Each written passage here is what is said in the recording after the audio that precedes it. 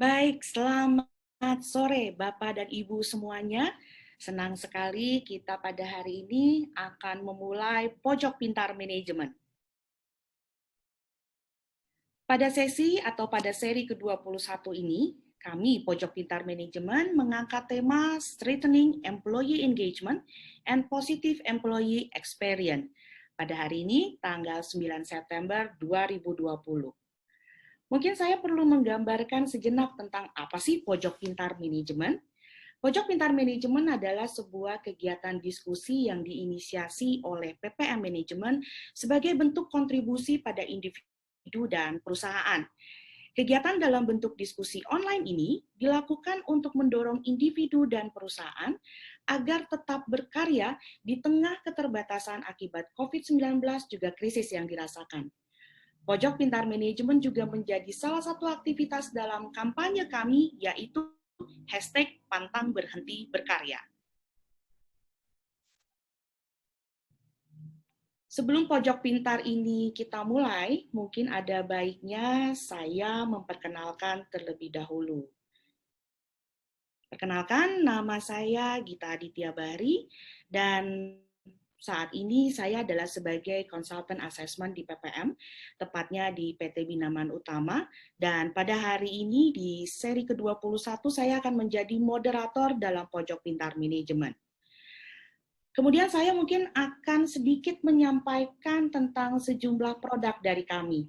Saat ini PPM Manajemen dengan mengusung solusi manajemen terintegrasi, kami memiliki beberapa produk, yaitu program pengembangan eksekutif, program pengembangan daring, pembelajaran Inggris, riset dan konsultasi manajemen, sekolah tinggi manajemen, seminar dan konferensi, asesmen SDM, penerbitan buku dan majalah, serta lembaga sertifikasi profesi. Berikutnya saya akan memberikan gambaran singkat tentang aturan dari Pojok Pintar Manajemen. Pada dasarnya, seri kita di Pojok Pintar saat ini selalu terbagi menjadi 3 bagian. Yang pertama ini adalah sesi pemaparan materi. Mohon izin bahwa selama pemaparan materi, semua partisipan akan kami mute, dan kemudian dalam mengikuti diskusi ini, partisipan memiliki prinsip positif dan kolaboratif. Dan kemudian kita setelah mendengarkan paparan dari para pembicara, maka kita akan masuk pada sesi tanya-jawab. Sesi tanya-jawab ini akan dibuka oleh saya dan mempersilahkan para partisipan yang telah mengklik raise hand. Satu sesi, saya akan memberikan kesempatan dengan 3 pertanyaan. Dan saya selaku moderator akan menyebutkan penanya sesuai urutan raise hand. Kemudian yang terakhir, ini adalah sesi feedback. Besar harapan kami para partisipan dapat mengisi feedback untuk perbaikan kami ke depannya. Dan form feedback ini akan diperoleh ketika sesi berakhir, dan mohon untuk tidak dengan segera meninggalkan online ini, tetapi silakan Anda menunggu, linknya akan pop up di chat Anda, dan bagi Anda yang mengisi form feedback, maka dengan sendirinya akan mendapatkan materi dari pembicara, dan juga buat partisipan yang beruntung yang telah mengisi feedback, maka kami akan menyiapkan voucher yang menarik untuk Anda. Demikian aturan Pojok Pintar Manajemen, dan untuk mempersingkat waktu, maka ada baiknya kalau saya juga memperkenalkan para pembicara kita pada hari ini. Yang pertama ada Bapak Wendra. Beliau adalah dengan nama lengkap Dr. Wenda MHRM, Ketua Program Pascasarjana Sekolah Tinggi Manajemen PPM. Bapak Wendra sudah berpengalaman lebih dari 15 tahun menjalankan berbagai posisi dan peran dalam organisasi dan memiliki pengalaman di bidang manajerial organisasi dan konsultasi manajemen. Karir profesional beliau adalah sebagai fasilitator pada Public and In-Company Management Development Program, bidang manajemen SDM, kompetensi batch HRM, leadership, coaching, dan mentoring.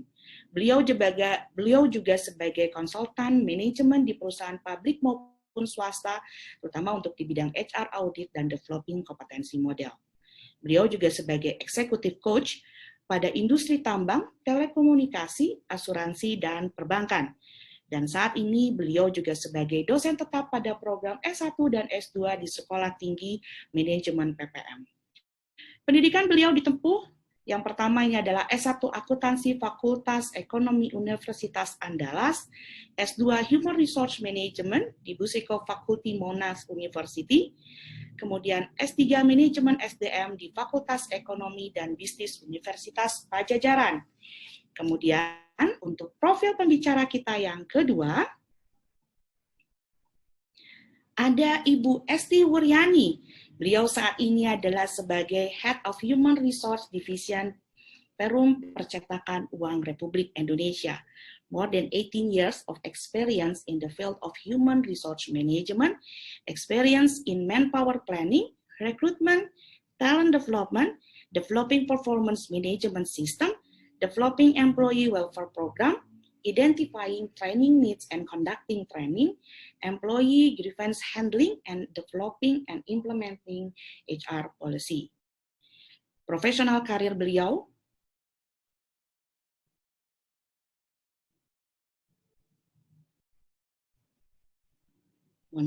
profesional karir beliau adalah Head of Human Resource Division dari tahun 2019 sampai dengan saat ini, kemudian Head of Strategic HRM Department tahun 2015 sampai 2019. Dan latar belakang pendidikan dari Ibu Esti Wuryani adalah Master of Human Resource Management dari The University of Melbourne dan Bachelor of Law dari Gajah Mada University. Demikian profil pembicara kita pada hari ini di seri ke-21 dari Pojok Pintar Manajemen.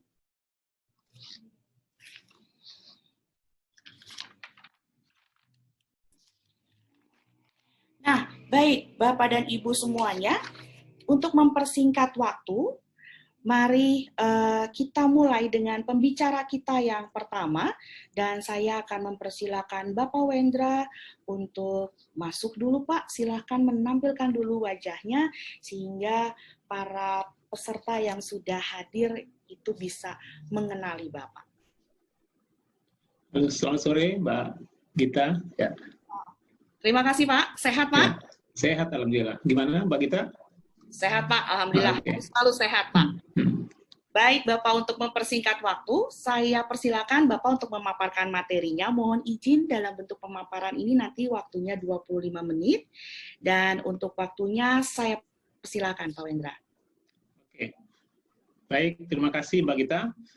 Selamat sore Bapak Ibu sekalian, para hadirin. Senang sekali rasanya hari ini bisa bertemu dengan Bapak Ibu ya, walaupun secara virtual tentunya. Bapak-bapak Ibu sekalian, saya lihat ada beberapa senior juga di sini ya. Selamat selamat bertemu secara virtual. Semoga kita sehat selalu dan dilindungi di pekerjaan kita masing-masing. Baik Bapak Ibu sekalian, pada kesempatan ini kami ya, saya dan nanti Bu Esti akan membicarakan tentang strengthening employee engagement ya, dan bagaimana pengaruhnya terhadap positive employee experience. Baiklah, untuk tidak membuang waktu, saya mohon izin untuk start materi saya. Saya akan bagikan materi saya. Ya, baik.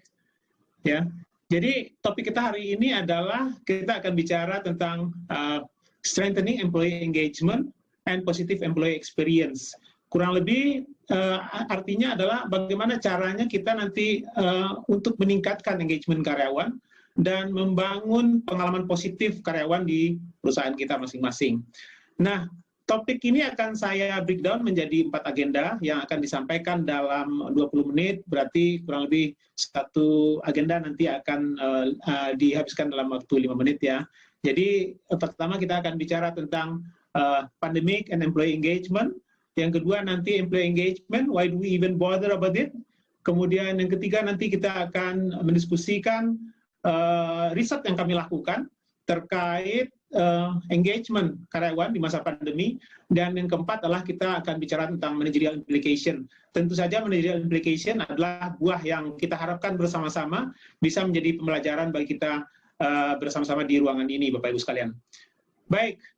Pertama, izinkan saya memulai dengan mengatakan bahwa pada saat ini kita hidup dalam waktu yang sangat aneh.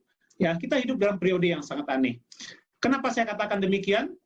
Karena pada saat ini kita mengalami yang namanya pandemi COVID-19, ya, dan pandemi ini telah menyebabkan keterpurukan di berbagai aspek, termasuk di aspek ekonomi. Sehingga seringkali kita mendengar di berita atau di media massa yang menunjukkan bahwasanya perusahaan melakukan efisiensi, ya, baik dalam bentuk merumahkan karyawan, memotong gaji, tunjangan, insentif karyawan, dan seterusnya. Bahkan ada perusahaan yang sampai harus tutup.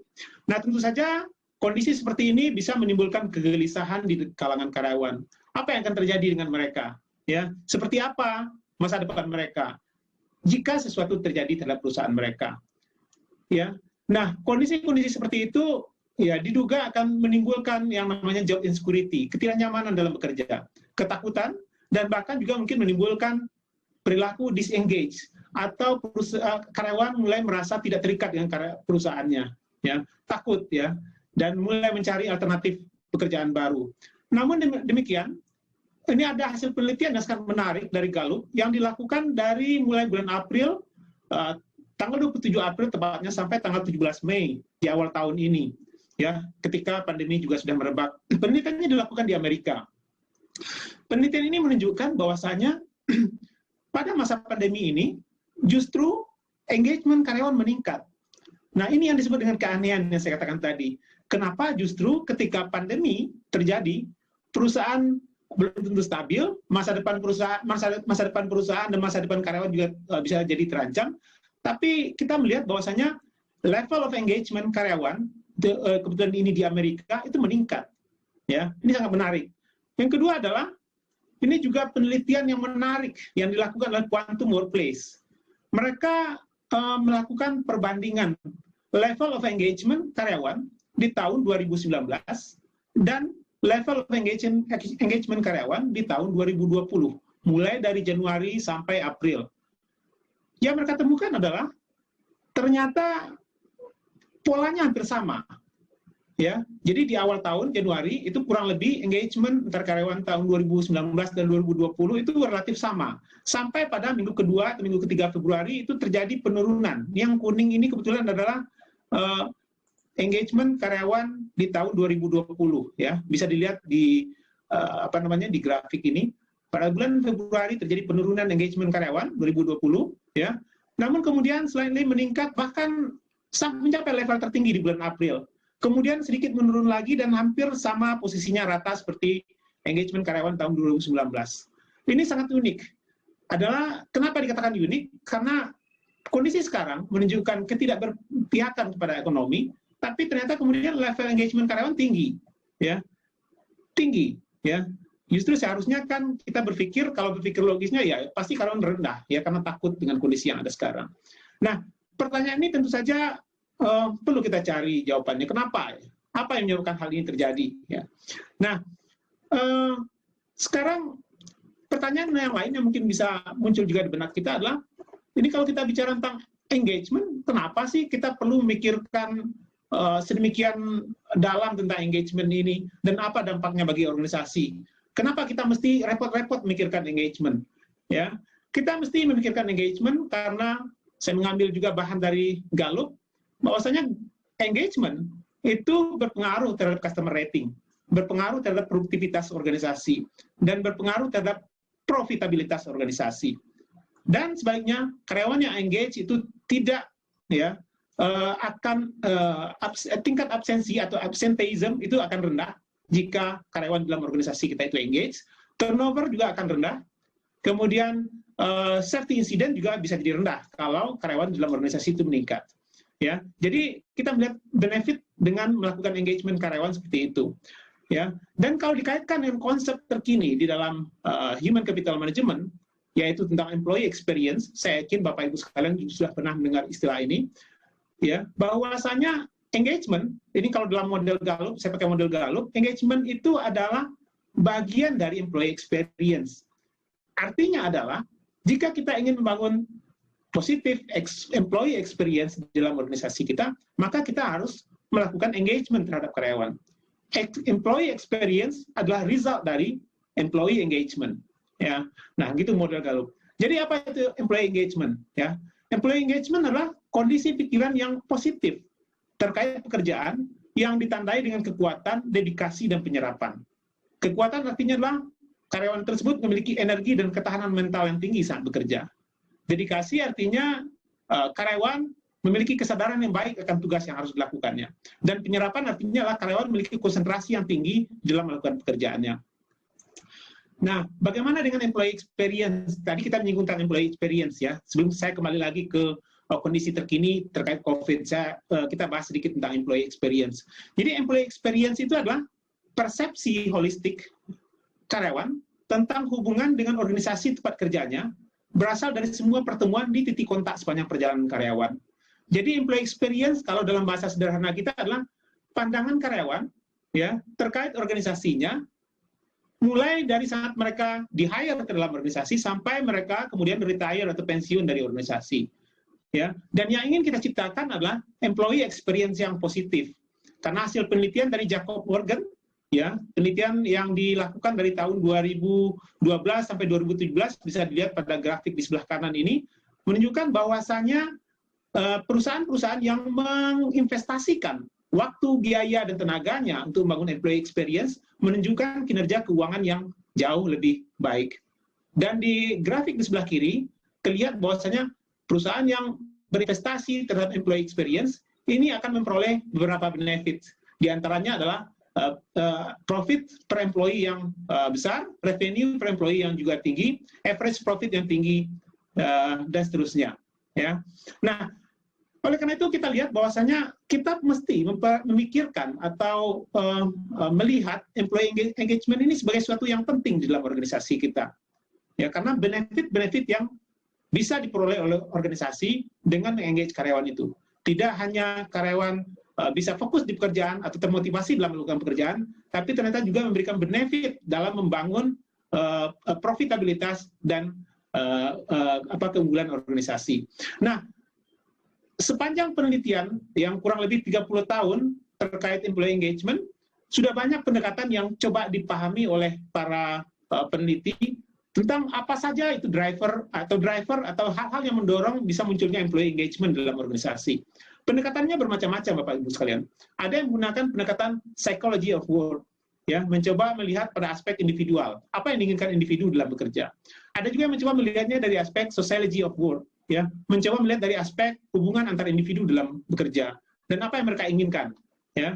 Dan kemudian ada juga melihat engagement dari aspek organisasi, ya, bicara tentang struktur organisasi, bicara tentang leadership dan manajemen, bicara tentang power dan politics, apa yang bisa diberikan organisasi kepada karyawan, climate seperti apa, culture seperti apa yang harus dibangun sehingga karyawan bisa engage di dalam perusahaan.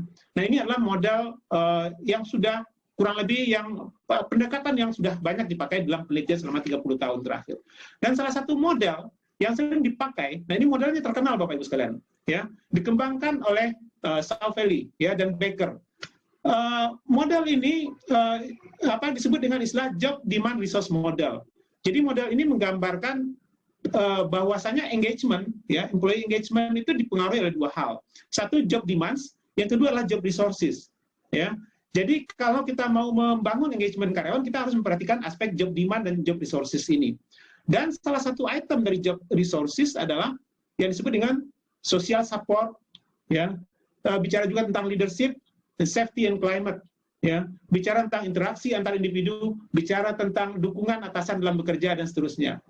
Sementara dari aspek job demands, ya, tuntutan terhadap pekerjaan, bicara tentang risiko-risiko pekerjaan yang bisa mempengaruhi engagement karyawan di perusahaan. Nah, selama ini kalau Bapak Ibu sekalian mengikuti literatur, ya, membaca buku ataupun mendengarkan pandangan konsultan yang banyak mengedepankan pentingnya leadership di dalam membangun engagement karyawan, ya, leadership dan interaksi sosial dalam membangun karyawan. Dan kadang-kadang dua hal ini dianggap sebagai hal yang paling utama dalam pengaruh engagement karyawan. Tapi saya ingin mengajak Bapak Ibu sekalian melihat suatu hal yang sedikit kontradiktif, ya. Pada saat engagement kita melihat bahwasanya banyak karyawan yang terpaksa harus melakukan work from home, bekerja dari rumah. Bekerja dari rumah artinya itu akan mengamputasi waktu ya interaksi yang selama ini mereka miliki dengan atasan mereka. Ya, jadi pertemuan secara langsung direct dengan atasan, direct dengan lingkungan sosialnya itu akan teramputasi. Dengan demikian artinya adalah ya aspek leadership ini akan berkurang. Nah, apakah dengan teramputasinya aspek interaksi antara atasan dan bawahan ketika karyawan bekerja secara online di rumah itu akan menyebabkan engagement karyawan juga rendah atau tidak? Nah, ini pertanyaan menarik ya. Nah, saya juga ingin mengutip apa yang pernah dikatakan Murphy ini dari sebuah tulisan yang menarik di the Forbes ya, sebuah artikel online. Dia mengatakan the current pandemic and scores of employees working remotely have shown that employees engagement is not entirely depend on having a great manager. Jadi enggak mesti loh ya punya manajer yang baik, leader yang baik itu berpengaruh terhadap pandemi dan ya berpengaruh terhadap engagement dan kondisi pandemi saat ini membuktikannya. Itulah argumen dari si Murphy. Jadi bisa jadi ya apa yang kita tahu saat ini tentang employee engagement itu sebenarnya nggak ada apa-apanya gitu loh. Masih banyak area kosong yang kita tidak tahu. Kita berpikir we think that we know sangat besar, tapi actually we know only a little. Ya, nah ini adalah sebuah penelitian dari Leadership IQ. Penelitian mereka tentang yang memotivasi karyawan dalam bekerja. Jika motivasi kerja itu dibangun ya berdasarkan kedekatan atau support dari atasan, maka pengaruhnya terhadap semangat kerja karyawan itu tidak begitu banyak, hanya 22%. Tapi jika semangat kerja itu berasal dari internal diri individu itu sendiri, maka akan menyebabkan upaya mereka untuk mencapai tujuan dalam bekerja itu bisa mencapai 25%. Artinya terjadi peningkatan, ya lebih besar pengaruh individual daripada pengaruh interaksi dengan atasan. Nah ini menarik sehingga kemudian saya mengatakan bahwasanya modal tadi job resource demand dalam memprediksi employee itu kurang tepat model itu. Mungkin ya pada saat ini kita mulai harus berpikir ada puzzle yang hilang dari pemahaman kita terkait employee engagement selama ini. Dan puzzle yang hilang itu adalah bicara tentang meaning of work atau orientasi karyawan dalam bekerja. Ya, jadi model ini atau model penelitian atau kerangka penelitian yang saya sajikan di sini adalah model penelitian yang mencoba membuktikan bahwasanya work orientation atau makna seseorang dalam bekerja itu jauh lebih besar pengaruhnya terhadap employee engagement dibandingkan dengan job resources. Ini di dalamnya ada dukungan leader itu tadi dan job demand itu hambatan-hambatan dalam bekerja itu tadi. Ya, nah kita akan coba buktikan dan terima kasih sekali saya juga sudah membagikan kuesioner di dalam grup ya. Terima kasih kepada Bapak Ibu yang sudah mengisi kuesioner ini. Terkumpul 276 responden dari seluruh Indonesia ya. Kuesioner juga disebarkan di Aceh, Sumatera Barat, di wilayah Jabodetabek. Saya sebarkan juga ke Kalimantan Timur dan ke Maluku Utara paling paling timur Indonesia. Jadi kurang lebih cukup tersebar secara merata ya. Ya jadi ini adalah profil responden yang melakukan work from home dan non work from home ya. Nah dari hasil penelitian menunjukkan bahwasanya level of burnout atau kelelahan dalam bekerja, karyawan yang melakukan WFH itu jauh lebih tinggi daripada non-WFH. Mungkin ini cukup kita sadari sendiri ya, bahwasanya ketika sudah WFH, kok rasa-rasanya waktu nggak pernah habis gitu kan ya, dalam bekerja. Nah ini hasil statistiknya menunjukkan demikian. Nah terkait employee engagement, ternyata employee engagement antara karyawan yang WFH, ya, yang bekerja di rumah dengan tidak bekerja di rumah itu sama aja. Jadi artinya secara statistik tidak signifikan. Ya. Dan ketika itu diujikan ya secara statistik pengaruh job demand, work orientation dan job resources terhadap engagement karyawan secara konsisten menunjukkan bahwasanya karyawan yang bekerja di rumah dan karyawan yang melakukan work from home itu work orientation itu secara dominan mempengaruhi employee engagement. Ya, di sini ada 47% untuk yang untuk karyawan yang work from home dan non work from home ya. Jadi apa kesimpulannya? Kesimpulan dari penelitian ini adalah bahwasanya burnout karyawan yang WFH itu jauh lebih tinggi daripada yang non WFH. Karyawan lebih lelah ya WFH sebetulnya daripada non WFH. Kedua adalah engagement karyawan yang WFH dengan non WFH itu tidak berbeda ya. Jadi dikasih engagement sebenarnya orang dikasih WFH sebenarnya orang nggak nambah juga engagementnya terhadap organisasi dan pekerjaan. Yang nambah malah burnout. Gitu maksudnya. Yang ketiga adalah orientasi pekerjaan atau orientation memiliki pengaruh yang lebih signifikan dibandingkan dengan job demand dan job resources dalam pengaruh employee engagement. Ya, jadi sesuai dugaan saya di awal itu tadi. Jadi aspek individu itu jauh lebih besar pengaruhnya daripada dukungan atasan yang selama ini digadang-gadangkan sebagai driver penting bagi employee engagement. Yang keempat adalah tuntutan pekerjaan secara negatif dan signifikan mempengaruhi keterikatan karyawan. Sumber daya pekerjaan secara signifikan mempengaruhi keterikatan karyawan. Dan yang keenam adalah calling, ya, dimensi yang paling besar di dalam employee engagement, ya, di dalam work orientation dalam pengaruh engagement. Nah, nanti kita bisa diskusikan lebih panjang terkait hal ini. Nah, sebagai kesimpulan dari apa yang tadi sudah saya sampaikan, jika kita melihat dari aspek orientasi dalam pekerjaan atau work orientation yang berpengaruh sangat sentral atau sangat besar pengaruhnya dalam bangun engagement karyawan dalam perusahaan, maka kita harus memperhatikan orientasi pekerjaan ini. Ini adalah puzzle yang hilang, ya, pemahaman kita yang hilang selama ini terkait dengan employee engagement. Nah, bagaimana cara kita mengoperasionalisasikan, ya, peran work orientation di dalam membangun engagement karyawan dalam perusahaan? Yang pertama adalah dalam tahap seleksi saja. Tahap seleksi mestinya kita sudah mulai memetakan, ya, memetakan orientasi karyawan itu dalam bekerja seperti apa, ya, apakah tinggi atau rendah? Bagaimana caranya? Ya, salah satunya adalah dengan menggunakan instrumen yang kami gunakan dalam penelitian ini. Ya, instrumen kami sudah teruji valid dan reliable, sehingga bisa digunakan untuk penelitian berikutnya. Yang berikutnya adalah motivasi bekerja karyawan dapat dibangun melalui program pelatihan dengan cara memberikan kondisi atau case study terhadap karyawan, di mana karyawan diingat kembali tentang makna pekerjaan mereka. Ya, jadi dalam program pelatihan untuk membangun motivasi karyawan perlu selalu diingatkan, ya, melalui case study, bagaimana apa yang makna pekerjaan bagi mereka. Yang ketiga adalah karyawan yang memiliki kinerja bagus dan orientasi kinerja tinggi mestinya disarankan sebagai mentor bagi karyawan yang muda dalam perusahaan. Jadi gunakanlah orientasi pekerjaan sebagai salah satu parameter dalam memilih mentor dalam organisasi Anda.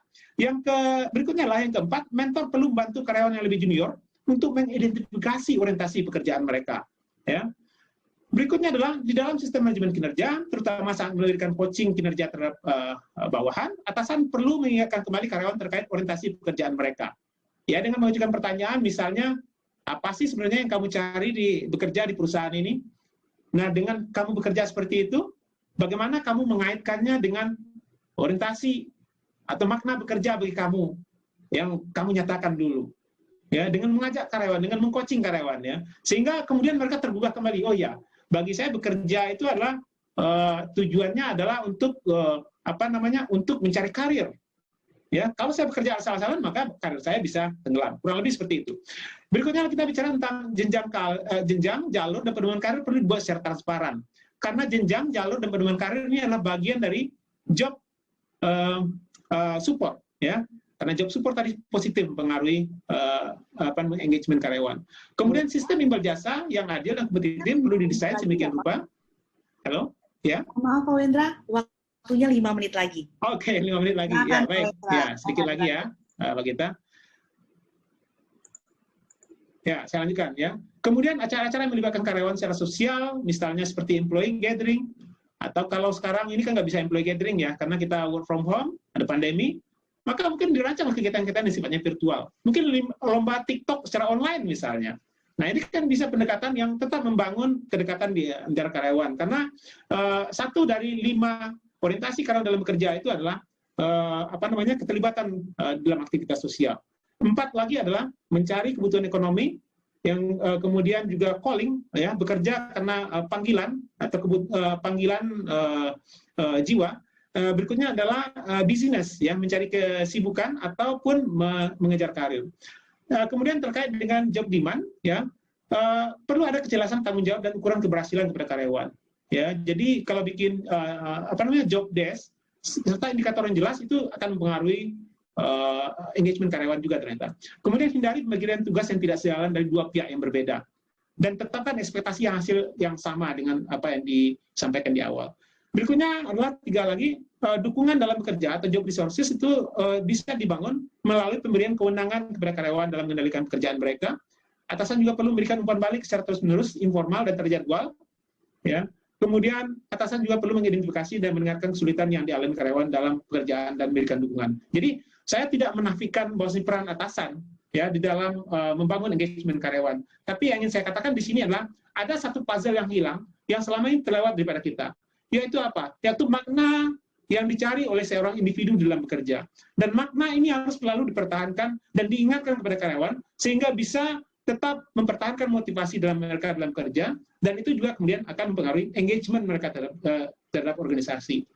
Dan ketika mereka engage, maka harapannya adalah itu akan berdampak positif terhadap profitabilitas dan kepuasan klien ataupun customer kita masing-masing. Baik, barangkali itu saja Mbak Gita, saya rasa waktunya sudah pas ya.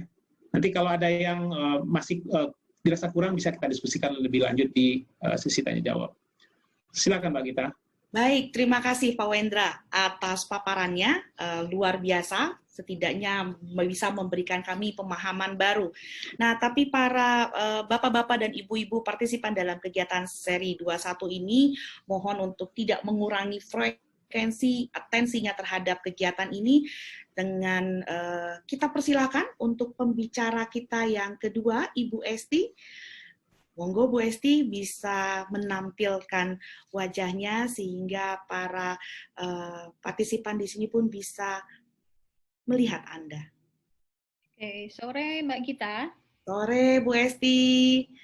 Baik, Bu Esti, untuk waktunya saya akan persilahkan Bu Esti untuk memaparkan slide paparannya ataupun materinya, dan sama seperti Pak Wendra, mohon izin bahwa waktunya 25 menit, Ibu, monggo bisa di-share screen lebih dahulu, waktunya saya persilahkan. Terima kasih, Bu. Baik, selamat sore Bapak dan Ibu sekalian, terima kasih waktunya, mungkin persingkat waktu, tadi sudah disampaikan Mbak Gita, waktu saya cuma 25 menit ya. Senang sekali bisa sharing apa yang mungkin kami temui di Peruri. Nantinya saya akan sharing ke Bapak dan Ibu sekalian. Saya share.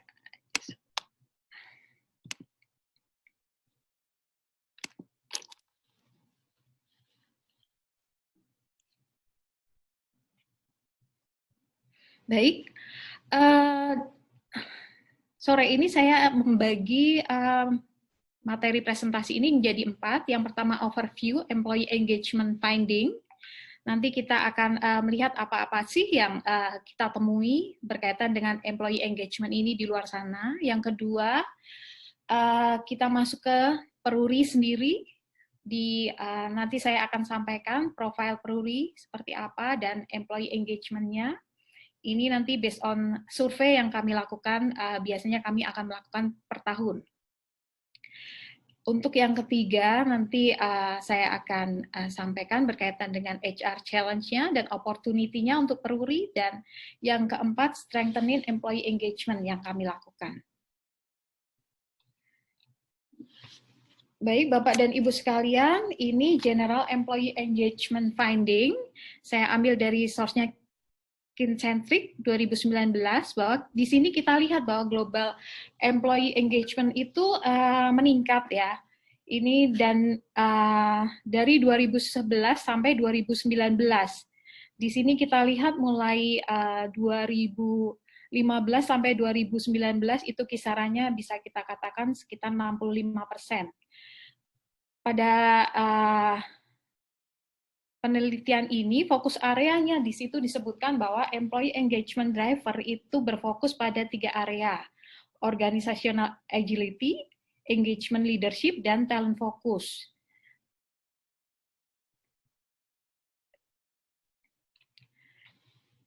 Nah, ini employee engagement model dari Ian Hewitt yang biasanya akan banyak diadopsi oleh beberapa perusahaan. Dia membagi engagement driver itu menjadi 5, agility, engagement leadership, talent focus, basic, sama to work. Nah, dari engagement driver ini nanti akan ditarik seberapa engagement outcome-nya itu menjadi say-nya, stay sama strive-nya. Nah, nanti outcome yang biasanya akan dapat digunakan oleh perusahaan-perusahaan adalah bagaimana hasil survei tersebut atau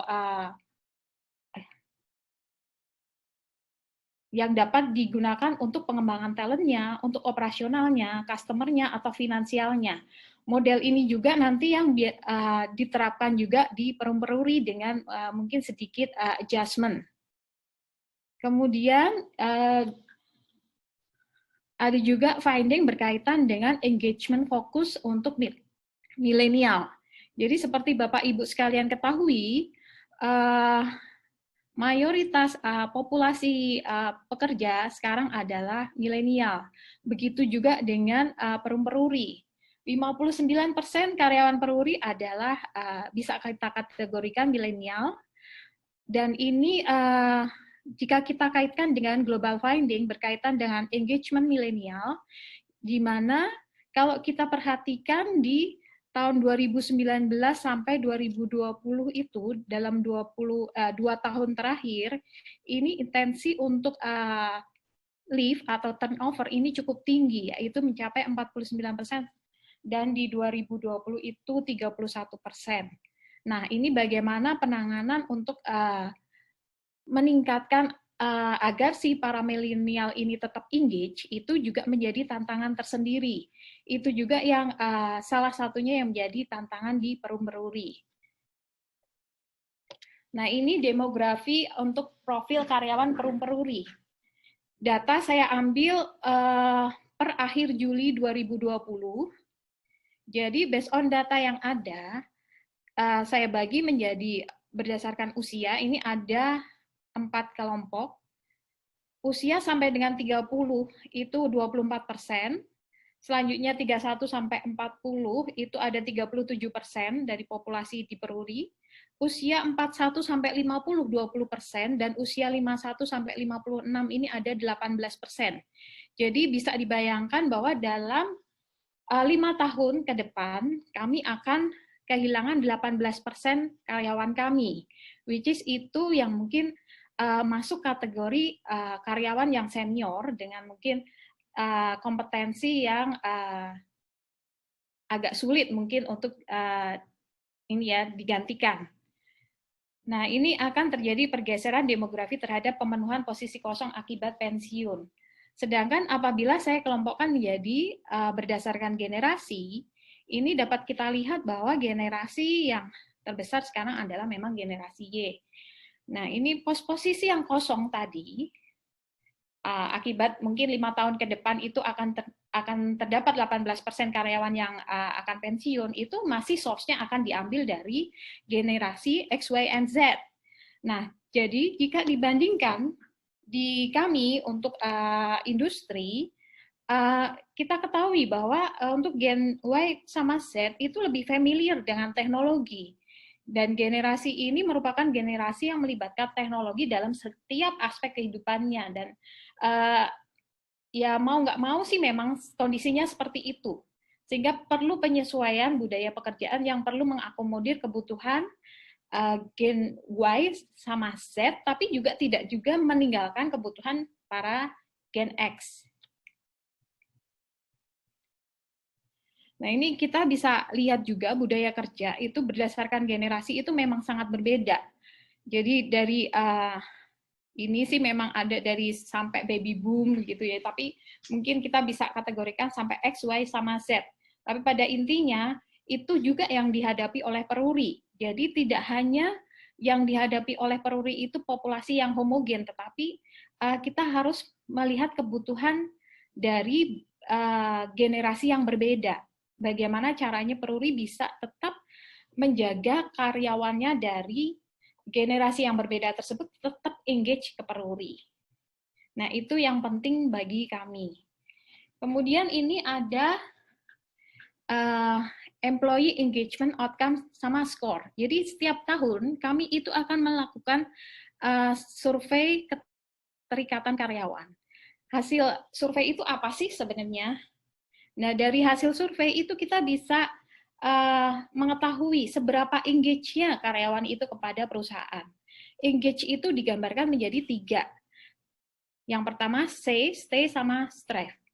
Say itu biasanya secara konsisten si karyawan itu menyampaikan hal-hal positif seputaran perusahaan kepada sesama karyawan, pencari kerja, dan pelanggan. Jadi misalnya mungkin saya mungkin akan ngomong ke anak teman saya, oh bagus loh kerja di peruri seperti itu, kenapa tidak dicoba? Nah itu kan sesuatu yang positif. Kemudian stay itu memiliki keinginan kuat untuk tetap menjadi bagian dari perusahaan. Kemudian strive mau bekerja lebih giat dan menunjukkan perilaku yang mendukung kesuksesan bisnis perusahaan. Nah, ketiga ini, say, stay, dan strive ini yang setiap tahun kami ukur. Itu akan dapat diterjemahkan menjadi seberapa engage karyawan itu kepada perusahaan, dalam ini Perum Peruri.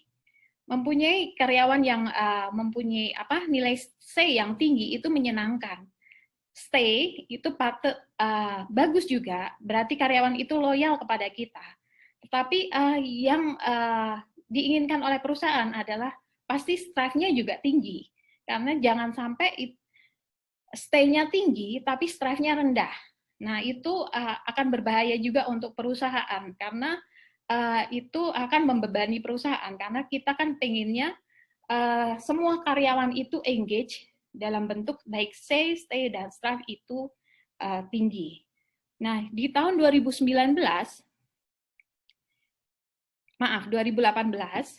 engagement score kita itu 7,20, itu dikategorikan nearly engage, dan di 2019 itu 7,63, dikategorikan menjadi engage. Berarti itu ada peningkatan berkaitan dengan hasil survei yang dilakukan di 2018 dan dengan strategi-strategi apa yang kami lakukan sehingga nilai skor engagement itu meningkat. Jadi di sini saya ambil juga data, ini ada di laporan tahunan Wika tahun 2019. Di sini ada rata-rata engagement score perusahaan di Indonesia. Itu di 2019 ada di angka 6,7. Jadi sebenarnya di sini saya ingin memperlihatkan bahwa nilai 7,63 itu cukup bagus untuk Perum Peruri ya. Karena kita berarti di atas rata-rata engagement score untuk perusahaan di Indonesia. Nah, engagement itu diukurnya dari apa sih? Saya setuju dengan Pak Wendra tadi katakan, bahwa jangan sampai kita melupakan makna individu dalam bekerja. Nah, itu juga yang kita terjemahkan dalam ini, engagement driver. Jadi, kita menggunakan 19 engagement driver yang bisa kita kategorikan menjadi 3. Leadership dan direction, HR system, dan work climate. Nah, ini sebenarnya mengacu kepada yang tadi, yang Ian Hewitt tadi, tapi kita modifikasi juga, ada adjustment. Nah, di sini ada Bapak dan Ibu-ibu sekalian bisa lihat engagement driver-nya itu seperti apa sih. Nah, ini nanti yang diukur dari para karyawan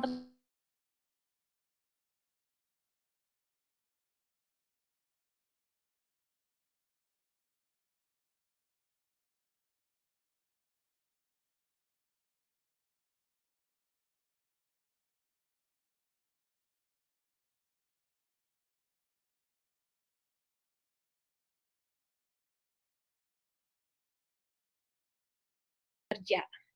Nah, berdasarkan hasil survei yang kami lakukan, ini ada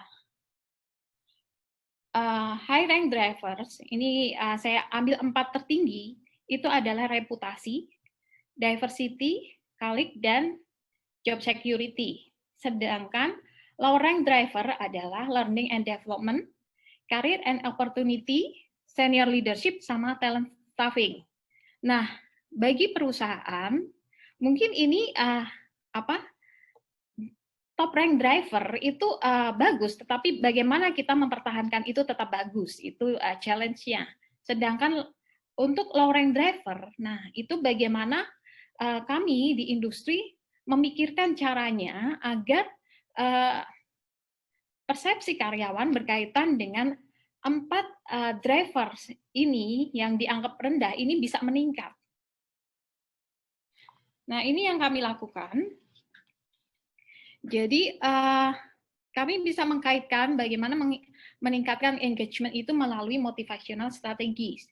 Jadi, strategi pertama, kita bisa melakukan pemenuhan terhadap faktor kepuasan atau kebutuhan karyawan. Di sini kita misalnya bisa melakukan melalui extrinsic sama intrinsic reward. bisa juga dengan workplace policy dan career development opportunities. Nanti mungkin di belakang saya bisa jelaskan lebih detail. Yang kedua, strategi yang kami ambil adalah perencanaan target kinerja. Kita align-kan employee goals sama tujuan perusahaan, tujuan organisasi. Jadi ini biasa dilakukan, misalnya pada saat kita deal untuk KPI kita. Di situ nanti ada semacam one-on-one atau ketemu antara atasan dengan karyawan di situ. Nah, di situ si karyawan atasan bisa men-challenge karyawan dengan sesuatu yang mungkin untuk karyawan itu menantang atau menarik. Kemudian yang ketiga adalah strategi berkaitan dengan kepemimpinan. Nah, di sini memang menurut saya leadership itu masih penting ya. Jadi kita masih membutuhkan arahan yang jelas. Jadi bagaimana kita menciptakan leader-leader atau pimpinan-pimpinan yang bisa mendirect para tim kita untuk menuju ke tujuan organisasi. Itu penting sekali. Jadi kami di sini mengajarkan kepada pimpinan bagaimana berkaitan dengan manajerial selaku pimpinan yang baik, dan kami juga memberikan edukasi kepada stafnya juga. Nah, ini contoh-contohnya di praktis kami. Ini bagaimana kami mencoba menaikkan yang tadi 3 elemen tadi, say, stay, sama strive tadi. Nah, ini kita mengajak para karyawan, terutama di sini yang milenial tadi. Jadi mereka itu kebutuhannya untuk involve itu lebih tinggi, gitu kan. Jadi mungkin kalau zaman dulu mungkin seperti job security itu tinggi, terus mungkin reward dalam bentuk mungkin lebih uang itu menarik. Nah, buat mereka itu ternyata keinginan keterlibatannya dalam perusahaan itu lebih tinggi. Nah, di sini kita mengajak mereka, membuat mereka berpartisipasi dalam corporate project yang strategis di perusahaan. Kita mengajak mereka dalam kegiatan-kegiatan yang cukup strategis.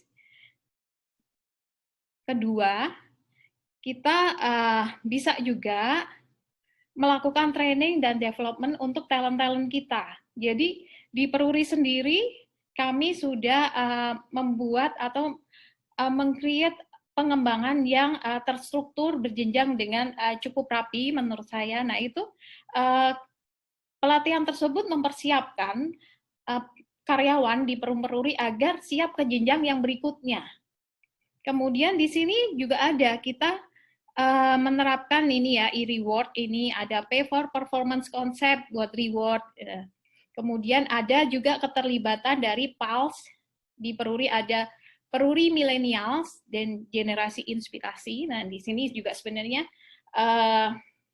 mengadop juga, dan ini turun juga dari BUMN, jadi dari BUMN turun ke Kementerian BUMN, turun ke Peruri, dan ini juga sebenarnya mungkin diterapkan di BUMN yang lainnya. Program ini cukup bagus, jadi memberikan kesempatan kepada para milenial untuk belajar lebih involved, dan ini tidak terbatas pada Peruri saja, tetapi karena ini nginduknya di kementerian, jadi mereka juga bisa berkolaborasi atau belajar juga dari teman-teman BUMN yang lainnya. Kemudian ini salah satu strategi juga kita di HR Practice on Talent Development yang tadi saya sampaikan, kita sebenarnya sudah membangun suatu learning design. Jadi bagaimana kita mempersiapkan dari seorang staff itu menuju ke jenjang manajerial paling lini di Peruri, yaitu sebagai kepala unit. Itu kita persiapkan bagaimana dia bisa ke sana. Dari Kaun bagaimana dia menjadi Kasek. Nah, ini terus naik ke atas sehingga nanti didapatkan yang memang talent-talent yang mungkin siap jika mengerucut kita tarik ke atas, bisa jadi kita sudah potret siapa sih yang bisa menjadi katakanlah kader untuk menjadi CEO BUMN seperti itu. Nah, ini juga ada salah satu juga employee engagement strategi yang tadi saya sampaikan, salah satunya untuk bagaimana sih karyawan itu bisa jadi mungkin dia menilai berkaitan tadi driver itu salah satu drivers itu rendah. Contohnya mungkin yang tadi disebut berkaitan dengan karir. Karir memang salah satu engagement driver yang dinilai rendah oleh karyawan. Nah, tapi apa yang perlu kami lakukan kepada karyawan? Karena menurut kami sebenarnya dari sisi mempersiapkan development sebenarnya sudah bagus, dan opportunity untuk promosi juga sudah bagus. Jadi mungkin yang perlu kami lakukan adalah mensosialisasikan atau mengedukasikan kepada para karyawan bahwa sebenarnya yang kita punya itu bagus loh. Hanya mungkin tidak semua karyawan memahami hal tersebut.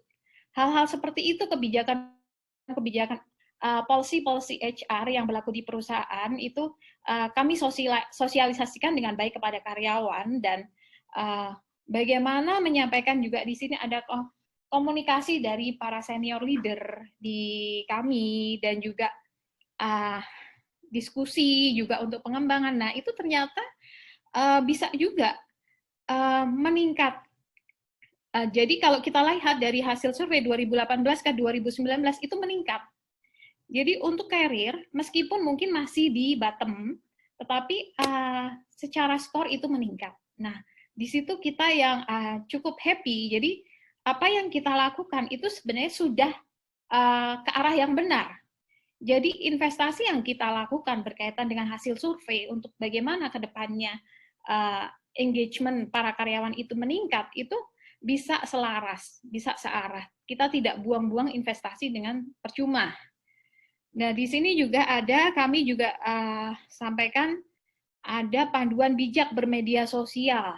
Tadi disampaikan bagaimana sih agar karyawan itu dari sisi say itu positif. Nah, di sini kita juga ada guideline-nya.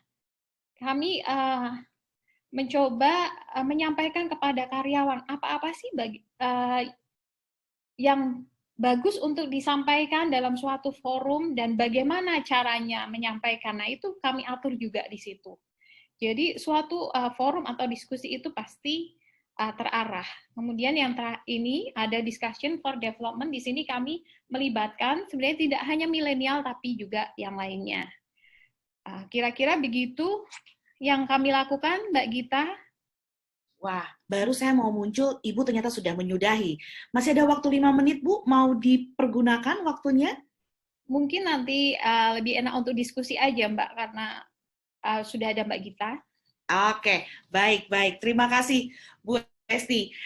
Ya, baik, Bapak dan Ibu partisipan dalam kegiatan di seri 21 ini, kita ternyata sudah mendengarkan paparan dari dua pembicara kita, dari Pak Wendra dan kemudian juga dari Bu Esti. Nampaknya ini adalah waktu yang kita tunggu-tunggu untuk sesi tanya-jawab. Dan monggo silakan Bapak dan Ibu mempergunakan waktu kesempatannya. Kita bisa mulai dengan raise hand, ataupun juga silakan dipikirkan dulu sejenak, membuka kembali catatannya.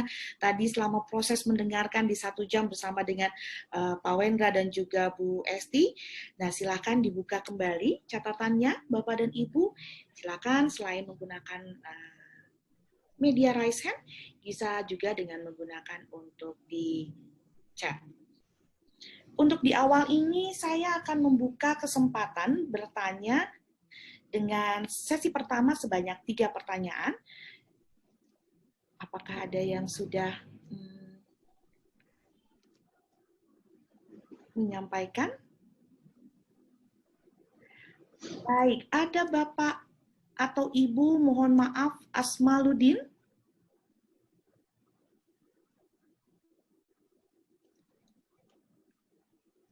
Boleh raise hand Bapak atau Ibu sehingga kami bisa mengenali wajah Anda.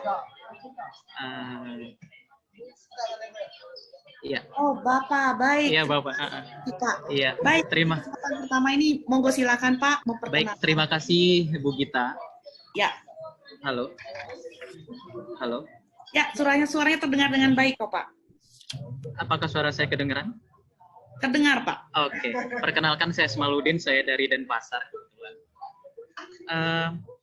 Saya sekarang masih mahasiswa di program studi Magister Manajemen di Udayana ya. Nah, berdasarkan beberapa artikel yang saya baca, artikel internasional itu, sebagian artikel ada menyatakan itu istilah work engagement. Namun, sebagian artikel lagi ada memakai istilah employee engagement. Nah, yang ingin saya tanyakan, apakah dua istilah ini sama atau dinyatakan berbeda? Nah, ini menyambung pertanyaan tersebut, biar sekaligus saja ya.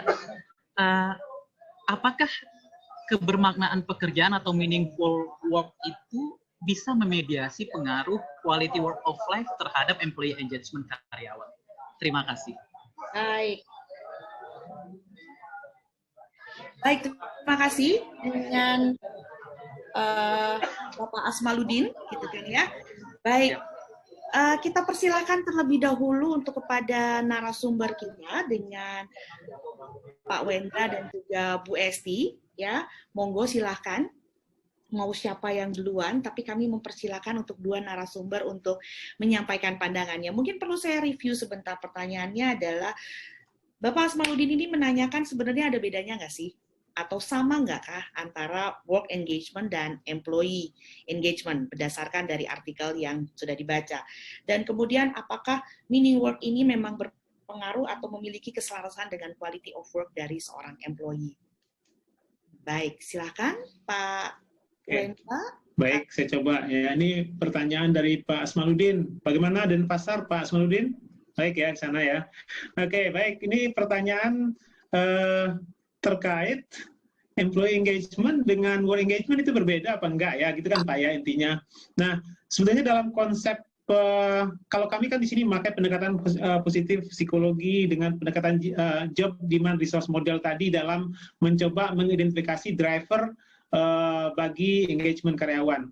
Nah, di dalam model atau pendekatan itu, ya employee engagement adalah sebuah konsep yang luasnya, Pak. Jadi, employee engagement adalah sikap pikiran positif karyawan, ya, baik terhadap pekerjaan maupun terhadap organisasinya. Artinya adalah work engagement itu adalah bagian dari employee engagement. Jadi rumah besarnya adalah employee engagement, di dalamnya ada work engagement, ada juga kadang-kadang orang sering menyebutnya dengan istilah job engagement. Jadi work engagement, job engagement itu sering interchangeable. Berikutnya selain work engagement juga ada istilah organizational engagement. Ya, jadi engagement terhadap organisasi. Nah, ini menarik ya. Banyak orang yang engage terhadap pekerjaan tapi belum tentu engage terhadap organisasi. Nah, itu penting juga tuh ya. Jadi banyak orang yang engage terhadap pekerjaan tapi tidak engage terhadap organisasi. Nah, ini tren ini katanya ya, kalau kita lihat dari literatur hasil penelitian, generasi-generasi yang muda saat ini, generasi Y katanya ya, itu mereka cenderung engage terhadap pekerjaan dan bukan engage terhadap organisasi, gitu katanya ya. Sehingga kemudian mereka berpindah pun pekerjaannya bisa jadi sama, organisasinya bisa berbeda, tapi pekerjaannya akan tetap sama di bidang itu karena mereka mencari passion mereka adalah terhadap pekerjaannya bukan terhadap organisasinya. Itu Pak yang bisa saya jelaskan ya. Nah, kemudian bagaimana kaitan quality of life dengan employee engagement ya? Bisakah work meaning memediasi? Ya, itu pertanyaannya tentu saja pertanyaan Pak? Kalau mahasiswa MM mungkin mencari model ya. Nah, itu menurut saya itu perlu diuji satu dengan penelitian empiris. Tapi tentu saja model Bapak itu harus didukung oleh kajian literatur terdahulu, Pak. Ya, jadi saya nggak bisa menjawab itu bisa atau nggak bisa, ya. Menurut saya akan lebih tepat itu diujikan saja secara statistik ke lapangan, kumpulkan responden, sehingga kemudian Bapak bisa menyimpulkan itu memediasi atau tidak. Tentu saja model itu harus didukung oleh literatur yang menyatakan ada keterkaitan di antara variabel yang Bapak cari itu. Oke, selamat meneliti. Silakan, Pak. Ya, semoga bisa membangun engagement yang lebih baik bagi karyawan di Indonesia nanti dengan model Bapak. Baik, itu tanggapan dari Pak Wendra. Mungkin Bu Esti mau menyampaikan pandangannya sendiri terkait dengan pertanyaan dari Bapak Asmaluddin di Denpasar. Kira-kira kalau menurut Ibu, work engagement dan employee engagement itu apakah beda atau sama? Dan kemudian bagaimana kaitannya meaning work dengan quality of work dari seorang employee? Monggo silakan, Bu. Baik, terima kasih Bapak atas pertanyaannya.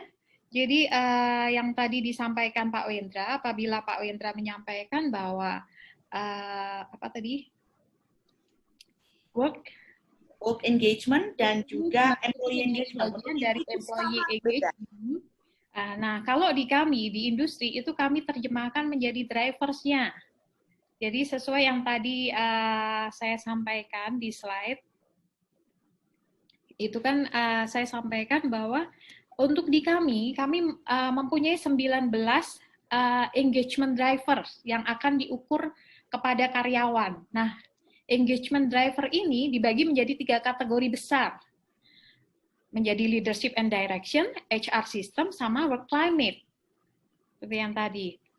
Yang disampaikan tadi misalnya, work engagement, itu seperti apa? Itu bisa diterjemahkannya, itu misalnya tadi dianggap sebagai bagian, itu bisa menjadi organisasinya itu sendiri seperti apa, dinilai oleh karyawan, persepsi karyawan terhadap organisasi itu seperti apa, dan mungkin juga diversity yang ada di work itu seperti apa, itu bisa juga diambil. Hanya mungkin biasanya tiap tahun itu kita akan melihat dari sisi mana kita akan mengukur engagement karyawan ini. Jadi apabila Pak Wendra tadi sampaikan, employee engagement itu rumahnya, itu di dalamnya bisa jadi seperti itu juga yang diterapkan juga di Peruri. Jadi untuk work-nya seperti apa? Kami juga ada work-nya apabila karyawan itu menilainya antara sustainability organisasinya seperti apa sih? Itu kan juga meliputi berkaitan dengan work-nya. Atau juga bisa meliputi juga karirnya sendiri seperti apa. Nah, kalau di kami, di industri kami akan pecah-pecahkan lagi jadi lebih kecilnya. Jadi apa yang kami lakukan itu harapannya bisa lebih tepat sasaran. Kemudian yang tadi ditanyakan berkaitan dengan meaning ya. Ya, meaning work dengan quality of work, Bu. Meaning work sama quality of work. Ya. Meaning work dan quality. Meaning work tentang yang kebermaknaan dari seseorang dalam bekerja, dan apakah memang itu memiliki korelasi seperti itu dengan quality of work dari Thank you Mbak Gita. Jadi meaning work yang tadi saya sampaikan itu kami breakdown seberapa orang itu memaknai pekerjaannya, kenapa dia join di situ dan masih stay di situ. Itu kami breakdown menjadi 19 engagement driver.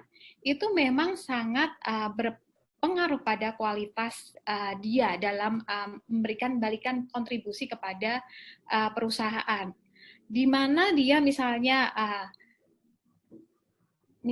dia tidak puas atau dia engagement dia ke Peruri atau ke perusahaan kami itu misalnya rendah karena mungkin learning development-nya rendah. Saya di sini percuma. Sudah berapa tahun tidak dikembangkan. Nah, itu pasti akan mempengaruhi kualitas dia.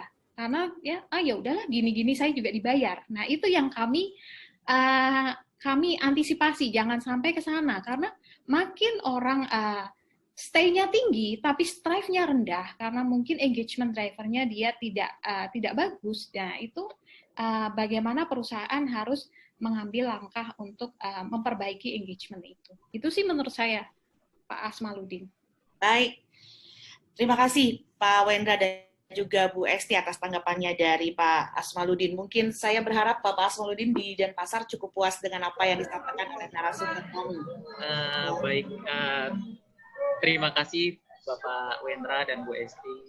Jadi kebingungan saya terkait istilah employee engagement dan work engagement tadi maksudnya sudah mulai agak tercerahkan. Jadi employee engagement merupakan bagian yang secara luas, sedangkan work engagement tadi itu di dalam dari employee engagement. Jadi kita bisa meneliti lebih detail, mau work engagement, mau organizational engagement, seperti itu Bapak ya. Oke, baik, terima kasih. Baik, terima kasih ya. Bapak Asmaluddin. Mungkin saya beralih dulu, mohon izin Pak Wendra dengan Bu Esti, kita kembali sejenak ke chat yang nampaknya sudah banyak partisipan di chat ini yang sudah mengajukan beberapa pertanyaannya. Saya berjalan ke Bapak Handi Aribowo.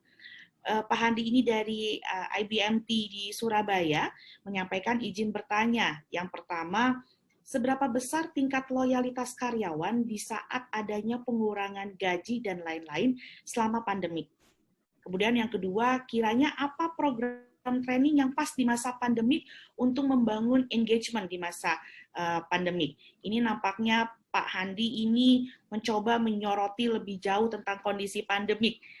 Monggo, mungkin bisa silakan. Mau Pak Wendra dulu atau Bu Esti? Karena kalau Sultan kan nggak bisa di layar ya. Monggo, silakan. Coba saya jawab dulu ya, Bu Esti, mohon izin ya. Jadi ini pertanyaan menarik dari Pak Handi Aribowo ya, di Surabaya Pak ya.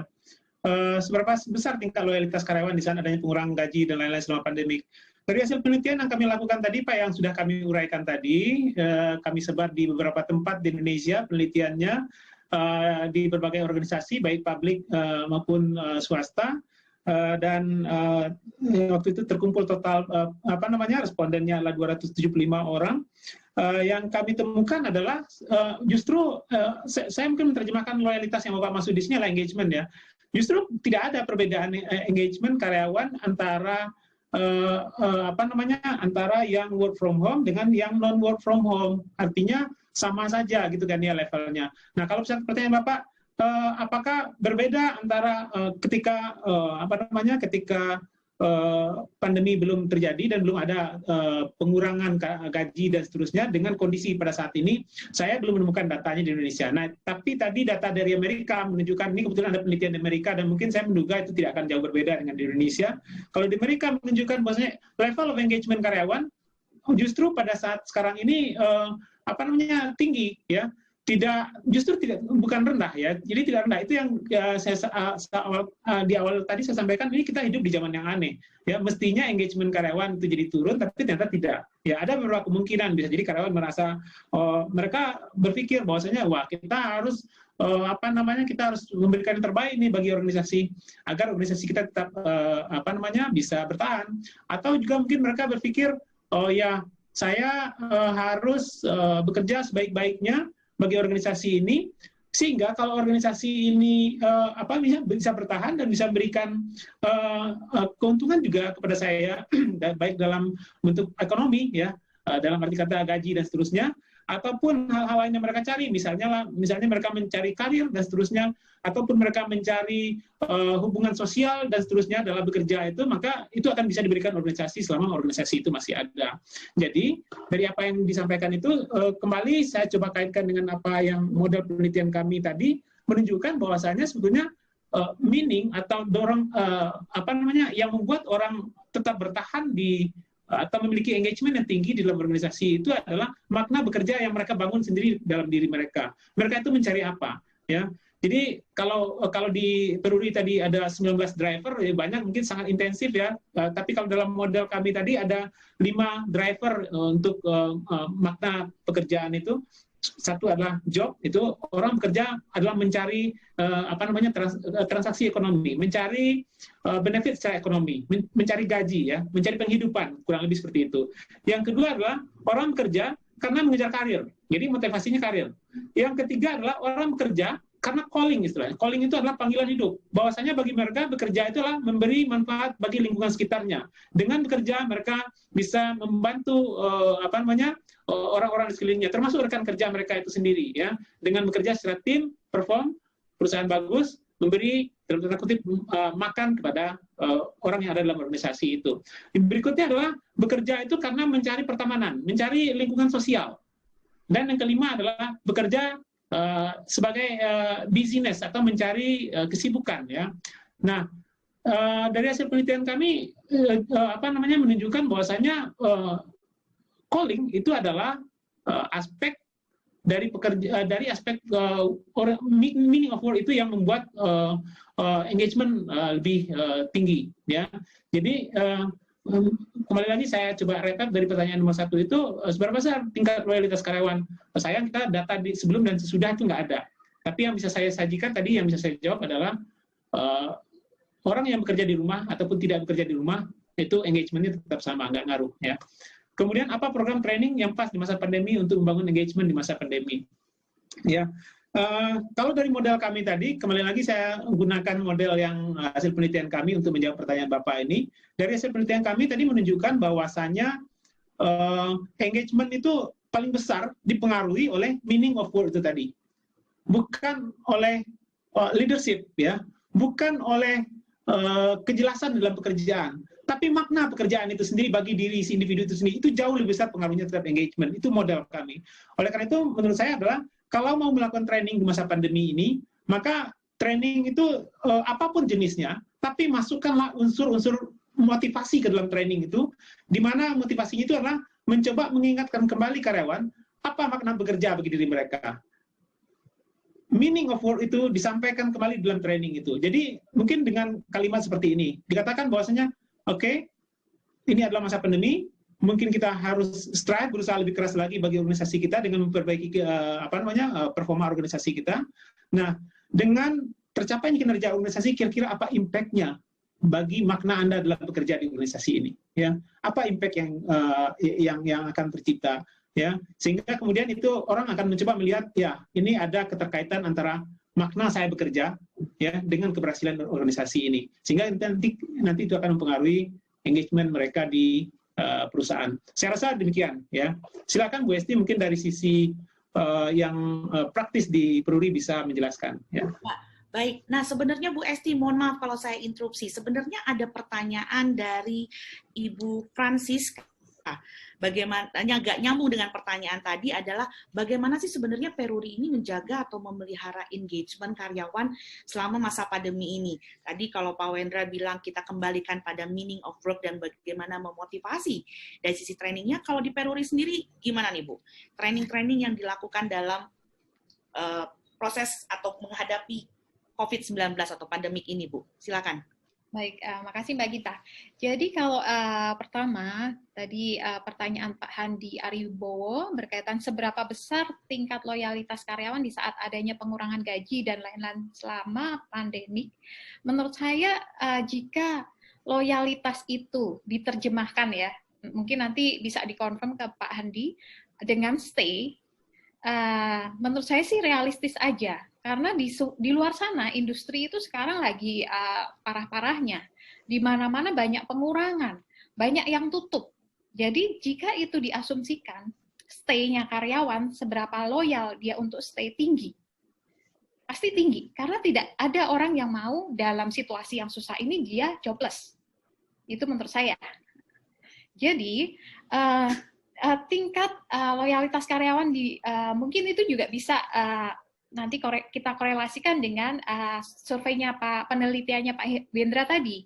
Kenapa ini tidak ada pengaruhnya sama sekali dengan adanya pandemik, kan tadi disampaikan seperti itu. Tetap misalnya tinggi ya tinggi. Nah, kami realistis aja bahwa karyawan ini pada dasarnya juga mereka concern dengan job security mereka. Dan untuk di BUMN itu sendiri, itu juga jadi tantangan. Pas kebenaran, kalau mungkin di kami, itu karena memang produksi harus jalan terus ya, berarti itu mungkin tidak terlalu berpengaruh. Tetap kegiatan itu selalu ada. Mungkin area produksi tetap jalan dengan protokol yang sangat ketat, tapi area-area yang mungkin bisa bergantian, WFH, WFO itu bisa diatur. Tetapi di kami sejauh ini dengan masa pandemi tidak ada karyawan yang sampai di layoff, itu nggak ada. Dan itu juga dihindari. Sepertinya untuk BUMN pasti itu dihindari. Dan kemudian bagaimana sih memelihara engagement karyawan selama pandemi ini? Ya kami tetap menjaga ya tadi say-nya seperti apa, terutama komunikasi-komunikasi yang positif kepada karyawan. Jadi misalnya katakanlah rekan-rekan semua bisa melihat di berita bahwa Karawang, kami kan base camp-nya produksi ada di Karawang, itu kondisinya seperti apa, ya itu kita mengkomunikasikan hal yang positif. Bagaimana karyawan yang misalnya tetap harus kerja, itu dia berasa aman. Nah itu di situ kita pun juga kerja keras cukup di situ. Jadi bagaimana memastikan orang yang masuk di sana itu katakanlah steril dalam arti sehat, seperti itu, menjaga mereka pulang juga dengan sehat. Jadi orang yang bekerja pun nyaman, tidak ada sesuatu kekhawatiran sedikit pun, dan itu yang kami lakukan. Bagaimana menjaga, dan misalnya ada yang mungkin bagiannya harus WFH atau bergantian, seperti itu, tetap kita maintain. Jadi jangan sampai orang WFH itu terus lepas. Nah, itu kalau di industri itu tantangan tersendiri, bagaimana memastikan orang meskipun dia kerja di rumah, itu tetap produktif. Karena jangan sampai orang dia WFH tapi dicari bosnya nggak bisa, itu udah payah sekali ya, bahaya sekali buat kami. Nah, itu tantangan tersendiri juga buat kami, bagaimana untuk menjaga atau memonitor produktivitas karyawan meskipun dia mungkin kerja dari rumah atau kerja dari manapun. Dan berkaitan misalnya dengan kemungkinan pengurangan gaji atau sesuatu yang berkurang, yaitu kita komunikasikan baik-baik kepada karyawan. Karena menurut saya dalam situasi seperti ini, lebih bagus kita berkomunikasi kepada karyawan. Biar karyawan juga teredukasi bahwa posisi perusahaan saat ini seperti ini loh. Nah, kan yang penting adalah menjaga keberlangsungan ya suatu organisasi, suatu perusahaan. Jangan sampai sekarang kita kasih semuanya, tetapi mungkin 2 bulan kemudian tutup. Itu malah nggak bermanfaat buat semuanya. Tetapi jika ada sesuatu mungkin benefit yang sampai berkurang, itu challenge tersendiri bagi manajemen untuk menyampaikan kepada karyawan bahwa ini sekarang kondisinya seperti ini. Jadi memang ini harus dilakukan. Jadi bagaimana membuat karyawan dan segenap jajaran itu bisa mendukung policy yang dilakukan oleh perusahaan. Itu yang kami lakukan. Kemudian yang kedua, program training apa yang pas untuk pandemik, di masa pandemik, untuk membangun engagement di masa pandemik ini. Jadi program training di kami tetap jalan. Baik itu training manajerial ataupun yang lainnya itu tetap jalan. Tetapi ya tetap memperhatikan protokol. Training-training yang mungkin perlu dilakukan online, ya itu tetap online. Memang harus online untuk mengurangi, meminimalisir penularan COVID, ya kami lakukan online. Tapi mungkin ada juga training yang memang kami kondisikan itu aman untuk dilakukan secara offline, ya kami juga tetap lakukan itu. Jadi seperti misalnya minggu depan kami melakukan training offline. Nah, itu kami juga harus memastikan bahwa sebelum memulai training itu dipersyaratkan orang harus dirapid dulu. Terus protokolnya nanti setiap hari, kalau baju kan pasti ganti, tetapi kan kadang orang suka kalau dingin bawa jaket ya. Nah, itu ada ketentuan, jaket nggak boleh dipakai lebih dari sehari, seperti itu. Masker setelah siang diganti. Hal-hal seperti itu yang kami lakukan. Jadi meskipun pandemi tidak mengurangi program pengembangan yang kami lakukan. Gitu Mbak Gita.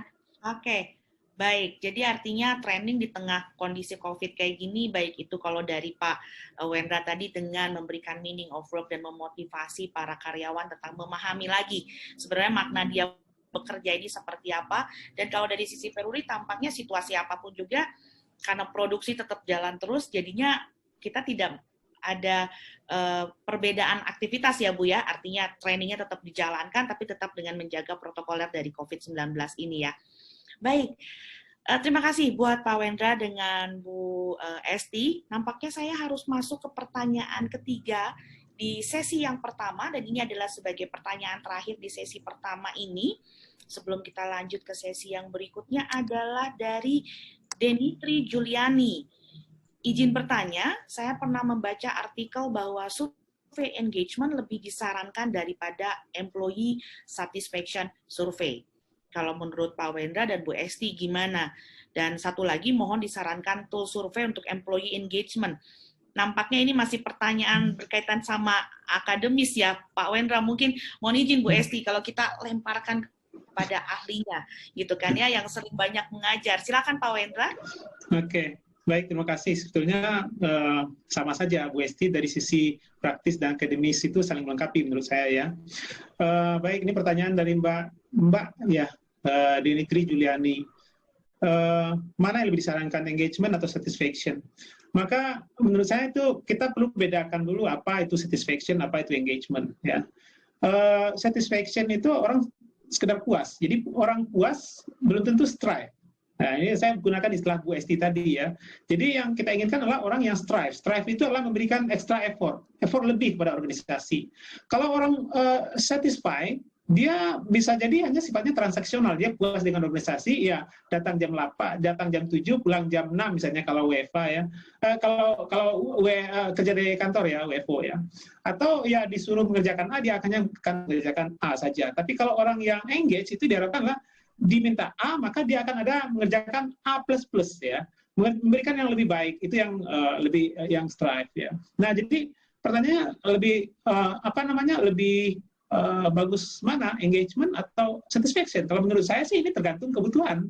Mau sekedar mencari orang yang puas atau tidak puas dengan pekerjaannya kah, atau mencari orang yang benar-benar strive, itu tadi istilah Bu Esti tadi, memberi extra effort itu. Ya, jadi kalau mau mencari orang yang bisa seberapa jauh orang itu bisa memberikan extra effort bagi organisasi, maka itu mestinya pakai survei engagement ya. Jadi tergantung kebutuhan ya. Yang kedua, tools apa yang disarankan untuk employee engagement?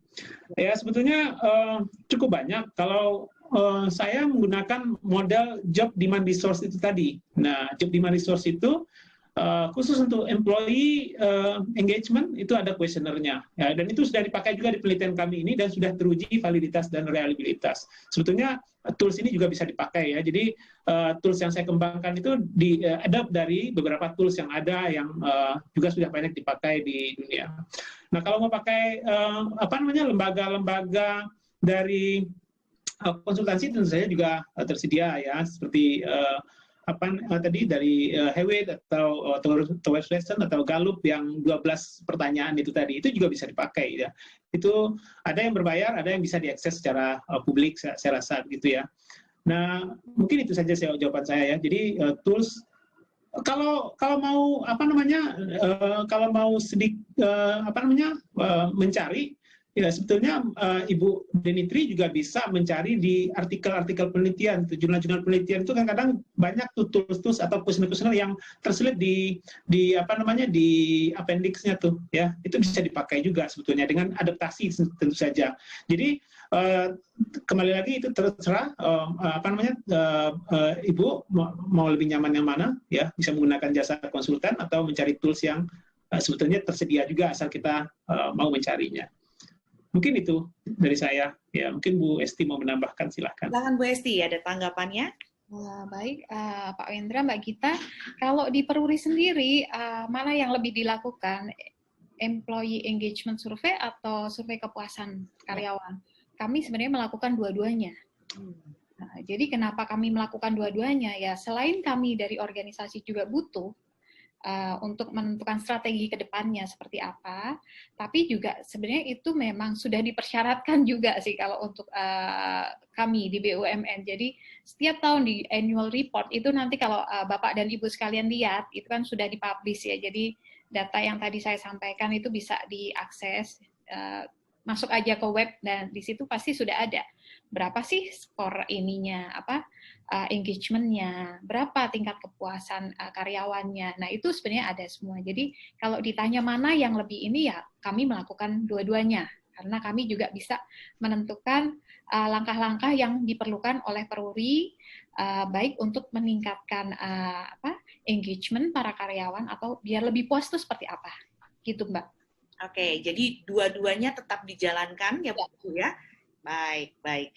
Oke, baik. Nah, kita masuk pada sesi kedua untuk masih dalam tanya jawab kita bersama dengan narasumber, tapi mungkin apa tidak ingin para partisipan ini menampilkan mukanya di antara 119 partisipan yang hadir. Jadi mungkin jangan terlalu terpaku di chat, mungkin sesekali boleh raise hand dan tampilkan mukanya. Jadi kita bisa jauh lebih interaktif. Kalau gini kayaknya kita sibuk dengan membaca chat. Tapi sambil tetap kita akan menjawab dari pertanyaan Bapak dan Ibu di chat. Sambil menunggu mungkin partisipan yang untuk raise hand, Pak Wendra dengan Bu Esti, Bapak dan Ibu boleh sambil minum, saya sambil membaca untuk pertanyaan selanjutnya.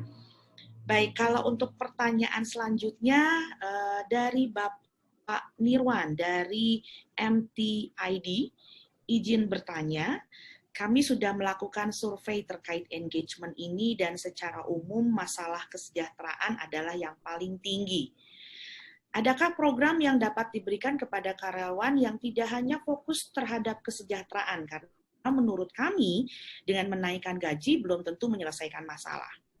Yang kedua, apakah ada hal yang berbeda ketika kondisi normal dan masa pandemik terkait dengan employee engagement karena ada perasaan yang tidak menentu dari karyawan. Dan yang ketiga, tool survei yang ideal itu yang seperti apa? Atau ada yang bisa dijadikan referensi? Terima kasih. Nampaknya kalau untuk tool survei ini mengulang pertanyaan, tapi monggo silakan Pak Wendra dan Bu Esti menjawab pertanyaan dari, saya rasa ini dari Bapak Nirwan dari MTID. Silakan. Mungkin Bu Esti duluan deh, gantian sekarang. Silakan Bu Esti. Silakan Bu Esti. Baiklah. Jadi Pak Nirwan ya, sore Pak Nirwan menyatakan sudah melakukan survei terkait engagement dan ditemukan bahwa masalah kesejahteraan adalah yang paling tinggi. Nah, apakah ada solusi lain untuk dilakukan biar nggak langsung jump, mungkin adjustment salary gitu kan?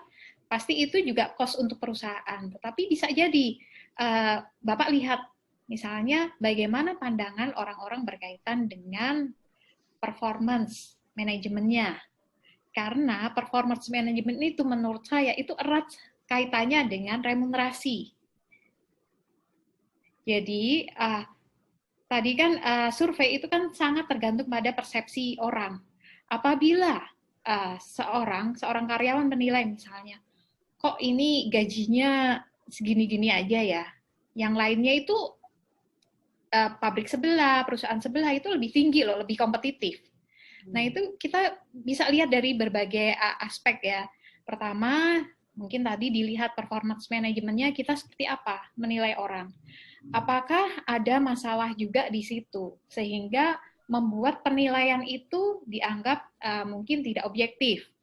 Karena tidak objektif itu nanti larinya tetap akan ke rupiah.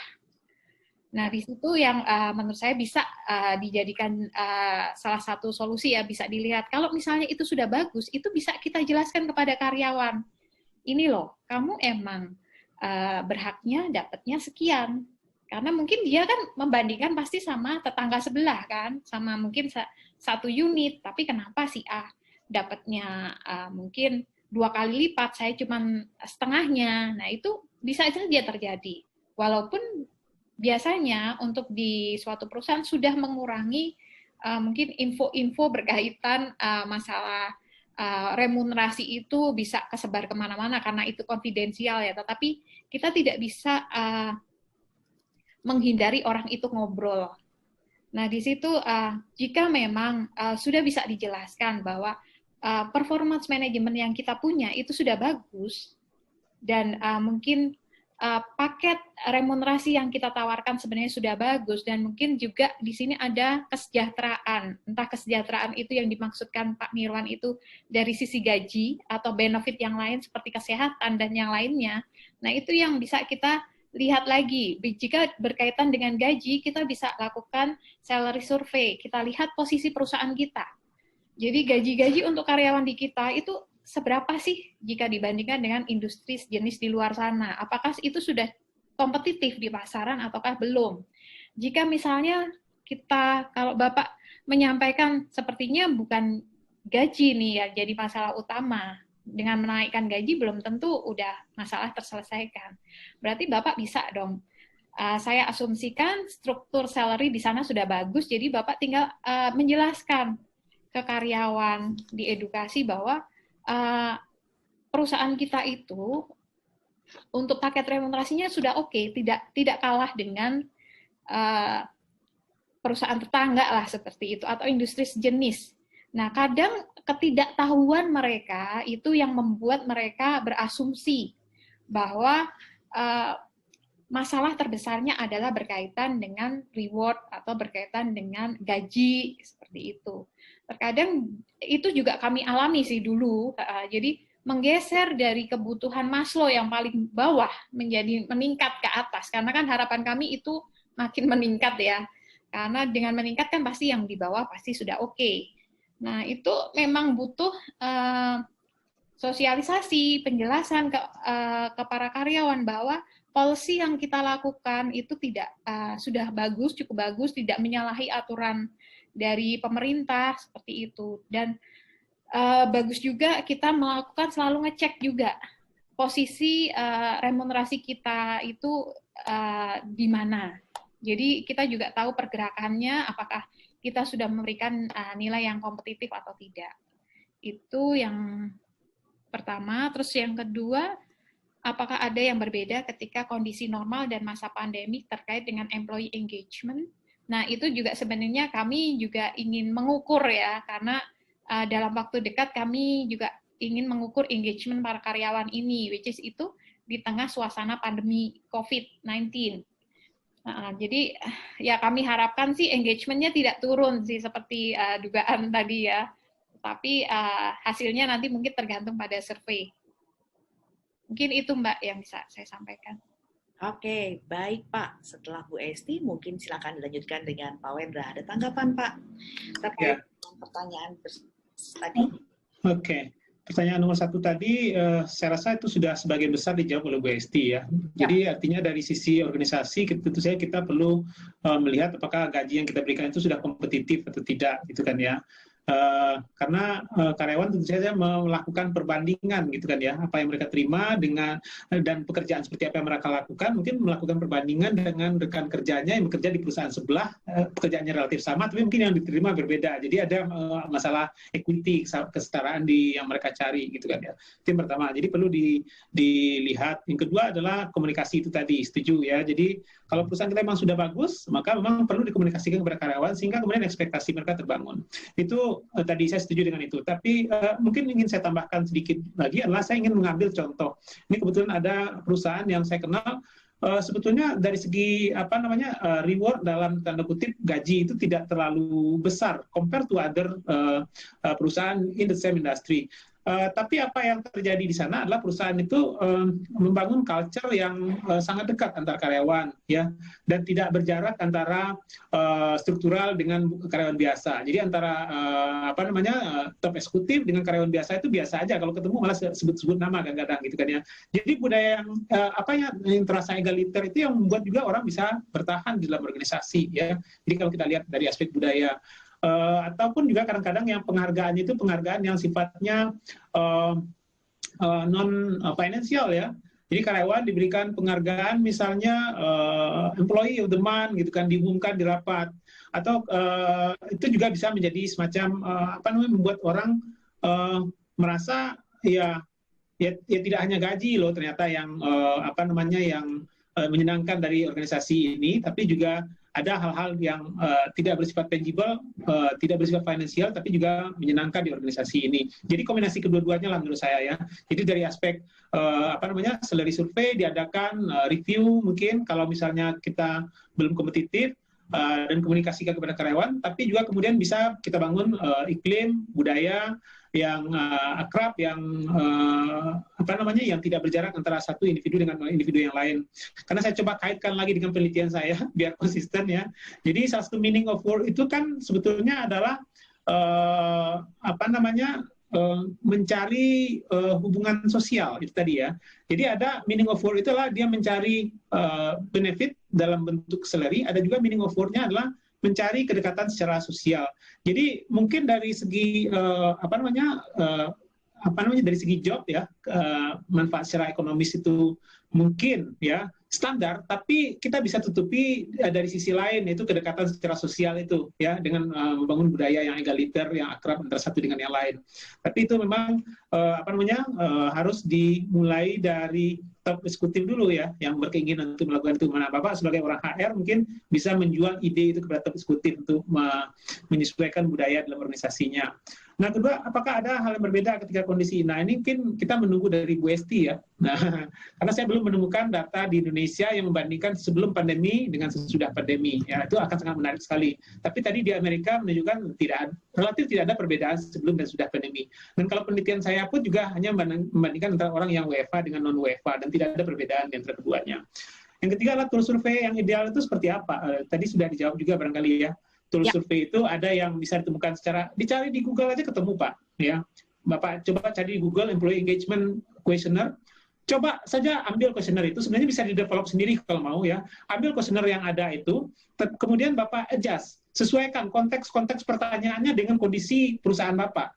Ya, jadi dapat questionnaire bukan berarti kalau misalnya bahasa Inggris ya langsung translate, langsung pakai, itu keliru juga menurut saya. Jadi perlu diambil, lihat konteksnya, cocok dengan kita atau tidak. Kalau tidak, di drop aja pertanyaannya, mungkin tambah pertanyaan yang relatif sama. Kemudian kalau sudah, kuesioner itu diujikan aja ke 30 orang, suruh 30 orang minimal untuk mengisi, dan cek validitas reliabilitasnya. Nah, mungkin kalau anak-anaknya satu, kalau misalnya ada anak satu di perusahaan Bapak yang sudah pernah melakukan, pasti bisa lah melakukan validitas reliabilitas. Atau dicari di YouTube, gampang juga, banyak tuh yang menunjukkan cara menguji validitas reliabilitas kuesioner. Ketika 30 orang ya sudah mengisi dan kuesionernya sudah valid dan reliable, menurut saya itu sudah bisa disebar. Dan itu bisa Bapak jadikan pegangan untuk mengatakan, oh ini loh tools yang saya pakai untuk mengukur engagement di perusahaan saya. Jadi bisa dikembangkan sendiri dari pendekatan seperti itu. Menurut saya begitu. Oke, baik. Tampaknya sih kalau kita boleh dibilang rumput tetangga terkadang suka terlihat lebih hijau ya, Bapak dan Ibu, kalau kita berbicara mengenai salary ataupun benefit dari karyawan. Tapi ternyata kalau saya simpulkan dari Bapak dan Ibu Esti, berarti komunikasi itu penting, dan ternyata gaji itu penting tapi tidak selalu menjadi faktor yang utama.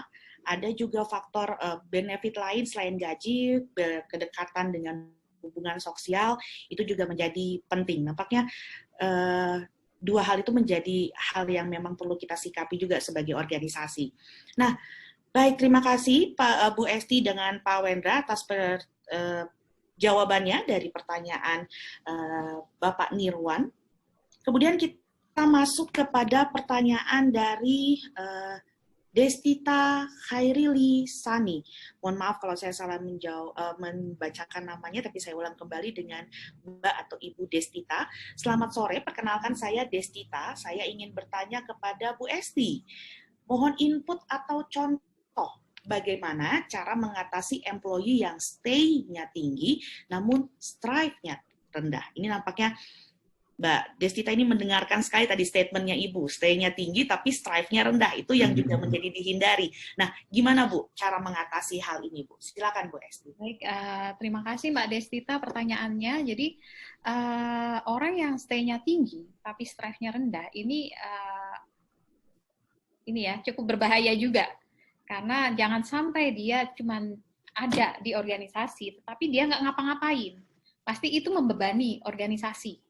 Nah, bagaimana kita membuat strive-nya itu jadi tinggi, itu kita bisa mengajak dia, melibatkan dia, kita grab dia untuk ikut ke dalam program-program atau mungkin proyek-proyek yang ada di perusahaan.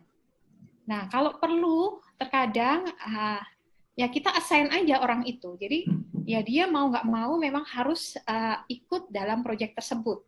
Nah, terkadang orang itu senang loh dilibatkan dalam sesuatu yang menurut mereka itu meaningful. Mungkin balik lagi ke Pak Wendra tadi, bahwa seseorang itu bekerja motivasinya lain-lain.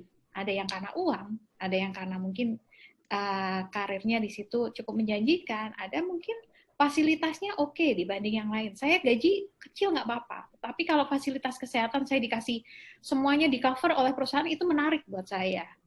Karena kan kita nggak tahu ya, yang berkaitan sama kesehatan tuh pasti meningkat, kebutuhannya pasti meningkat. Nah, pertama kita bisa libatkan orang-orang tersebut untuk lebih involve ke perusahaan, sehingga ya di satu sisi dia senang. Jadi, oh ternyata aku ini ada juga perannya di perusahaan. Kita assign dia, kita sering ini. Terus kemudian atasannya, jika kita tahu ada tim kita yang seperti itu, kita panggil lah dia, di coach gitu kan. Kadang ya perlu juga kita tahu ini orang kenapa sih kok cuman kayak gini aja, nggak gerak-gerak gitu kan, cuman datang pagi pulang sore, ya udah ya mengerjakan ya sesuatu yang ya sudah ya gitu-gitu aja. Jadi temannya yang lain sudah maju kemana, dia masih stay di situ. Nah itu kita juga bisa balikan ke yang bersangkutan. Jadi apakah nggak pengen seperti yang lainnya, misalnya berkarir seperti itu. Pasti kadang kalau orang itu diajak ngobrol itu lebih terbuka, biasanya lebih gitu ya, jadi harus seperti ini. Terkadang juga orang itu taunya kalau di HR itu kan orang selalu ngomong job desk. Itu bukan job desk aku, ya sudah, aku nggak mau ngerjain itu. Tapi untuk organisasi, sebenarnya kita lebih suka orang yang achievement orientation-nya tinggi. Jadi orang itu ngerjain nggak cuma itu-itu aja, tetapi ya dia memang pengen lebih unggul, pengen lebih maju. Kalau bisa ya besok itu pasti lebih baik dari hari ini dan pasti lebih baik berulang kali.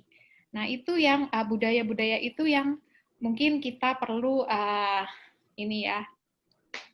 lebih biasakan, terutama mungkin dalam situasi seperti ini. Jadi nge-coach anak buah, jadi walaupun mungkin itu takes time juga, tetapi itu memang peran atasan ya seperti itu. Jadi meskipun anak buah kita mungkin WFH ya jangan lupa dia kita maintain juga, dalam artian tertib nggak dia submit kerjaannya, deliverable-nya on time atau mungkin lebih cepat sehingga kita mungkin bisa koreksi lebih ini dan hasilnya lebih bagus. Nah itu bisa dilihat. Nah itu sendiri yang sekarang jadi tantangan di suatu perusahaan, bagaimana tetap bisa memastikan bahwa orang yang WFH, orang yang mungkin stay itu bisa koreksi lebih ini dan hasilnya lebih bagus. Nah itu bisa dilihat. Nah itu sendiri yang sekarang jadi tantangan di suatu perusahaan, bagaimana tetap bisa memastikan bahwa orang yang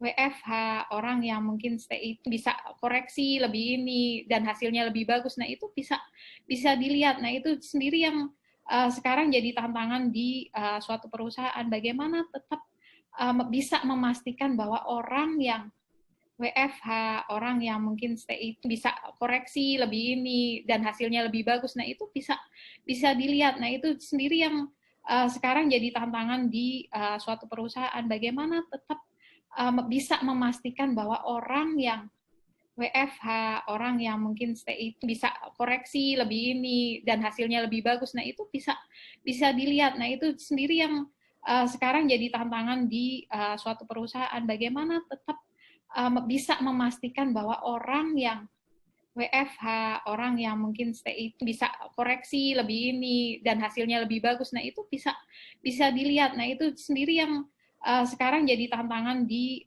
suatu perusahaan, bagaimana tetap bisa memastikan bahwa orang yang WFH, orang yang mungkin stay itu bisa koreksi lebih ini dan hasilnya lebih bagus. Nah itu bisa dilihat. Nah itu sendiri yang sekarang jadi tantangan di suatu perusahaan, bagaimana tetap bisa memastikan bahwa orang yang WFH, orang yang mungkin stay itu bisa koreksi lebih ini dan hasilnya lebih bagus. Nah itu bisa dilihat. Nah itu sendiri yang sekarang jadi tantangan di suatu perusahaan, bagaimana tetap bisa memastikan bahwa orang yang WFH, orang yang mungkin stay itu bisa koreksi lebih ini dan hasilnya lebih bagus. Nah itu bisa dilihat. Nah itu sendiri yang sekarang jadi tantangan di suatu perusahaan, bagaimana tetap bisa memastikan bahwa orang yang WFH, orang yang mungkin stay itu bisa koreksi lebih ini dan hasilnya lebih bagus. Nah itu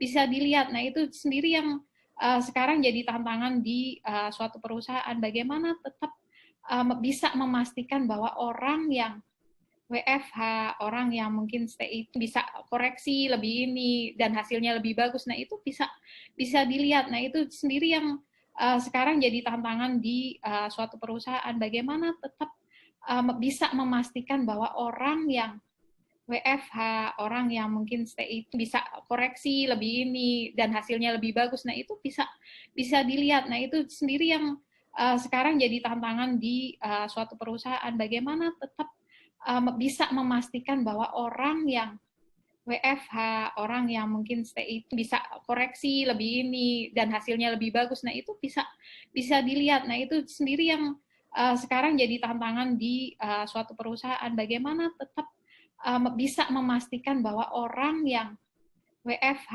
orang yang mungkin stay itu bisa koreksi lebih ini dan hasilnya lebih bagus. Nah, itu bisa dilihat. Nah, itu sendiri yang sekarang jadi tantangan di suatu perusahaan, bagaimana tetap bisa memastikan bahwa orang yang WFH, orang yang mungkin stay itu bisa koreksi lebih ini dan hasilnya lebih bagus. Nah, itu bisa dilihat. Nah, itu sendiri yang sekarang jadi tantangan di suatu perusahaan, bagaimana tetap bisa memastikan bahwa orang yang WFH, orang yang mungkin stay itu bisa koreksi lebih ini dan hasilnya lebih bagus. Nah, itu bisa dilihat. Nah, itu sendiri yang sekarang jadi tantangan di suatu perusahaan, bagaimana tetap bisa memastikan bahwa orang yang WFH, orang yang mungkin stay itu bisa koreksi lebih ini dan hasilnya lebih bagus. Nah, itu bisa dilihat. Nah, itu sendiri yang sekarang jadi tantangan di suatu perusahaan, bagaimana tetap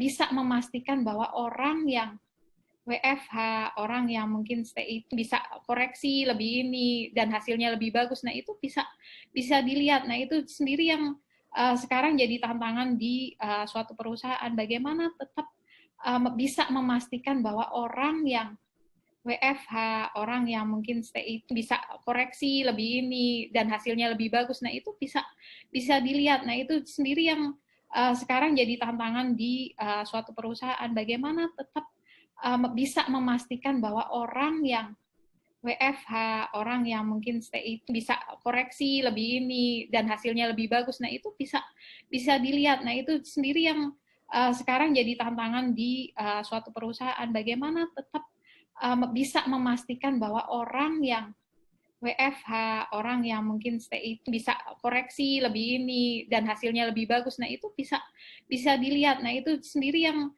sekarang jadi tantangan di suatu perusahaan, bagaimana tetap bisa memastikan bahwa orang yang WFH, orang yang mungkin stay itu bisa koreksi lebih ini dan hasilnya lebih bagus. Nah, itu bisa dilihat. Nah, itu sendiri yang sekarang jadi tantangan di suatu perusahaan, bagaimana tetap bisa memastikan bahwa orang yang WFH, orang yang mungkin stay itu bisa koreksi lebih ini dan hasilnya lebih bagus. Nah, itu bisa dilihat. Nah, itu sendiri yang sekarang jadi tantangan di suatu perusahaan, bagaimana tetap bisa memastikan bahwa orang yang WFH, orang yang mungkin stay itu bisa koreksi lebih ini dan hasilnya lebih bagus. Nah, itu bisa dilihat. Nah, itu sendiri yang sekarang jadi tantangan di suatu perusahaan, bagaimana tetap bisa memastikan bahwa orang yang WFH, orang yang mungkin stay itu bisa koreksi lebih ini dan hasilnya lebih bagus. Nah, itu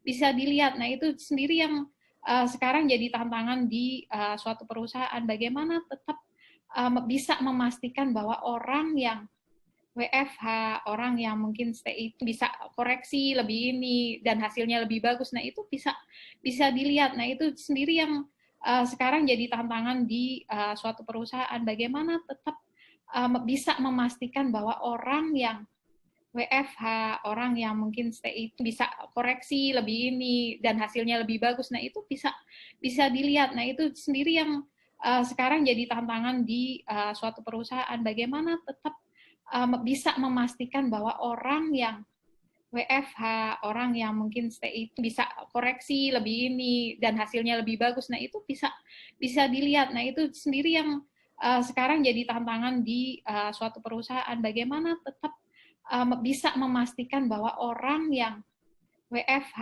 orang yang mungkin stay itu bisa koreksi lebih ini dan hasilnya lebih bagus. Nah, itu bisa dilihat. Nah, itu sendiri yang sekarang jadi tantangan di suatu perusahaan, bagaimana tetap bisa memastikan bahwa orang yang WFH, orang yang mungkin stay itu bisa koreksi lebih ini dan hasilnya lebih bagus. Nah, itu bisa dilihat. Nah, itu sendiri yang sekarang jadi tantangan di suatu perusahaan, bagaimana tetap bisa memastikan bahwa orang yang WFH, orang yang mungkin stay itu bisa koreksi lebih ini dan hasilnya lebih bagus. Nah, itu bisa dilihat. Nah, itu sendiri yang sekarang jadi tantangan di suatu perusahaan, bagaimana tetap bisa memastikan bahwa orang yang WFH, orang yang mungkin stay itu bisa koreksi lebih ini dan hasilnya lebih bagus. Nah, itu bisa dilihat. Nah, itu sendiri yang sekarang jadi tantangan di suatu perusahaan, bagaimana tetap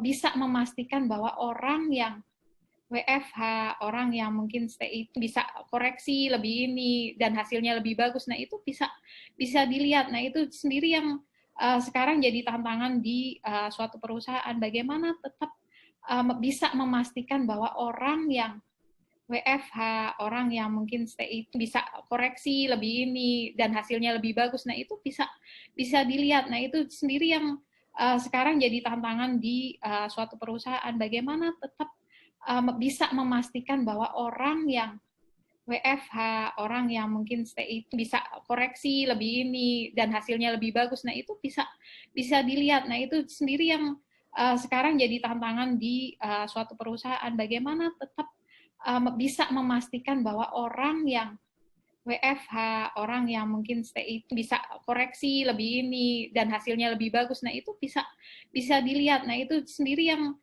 sekarang jadi tantangan di suatu perusahaan, bagaimana tetap bisa memastikan bahwa orang yang WFH, orang yang mungkin stay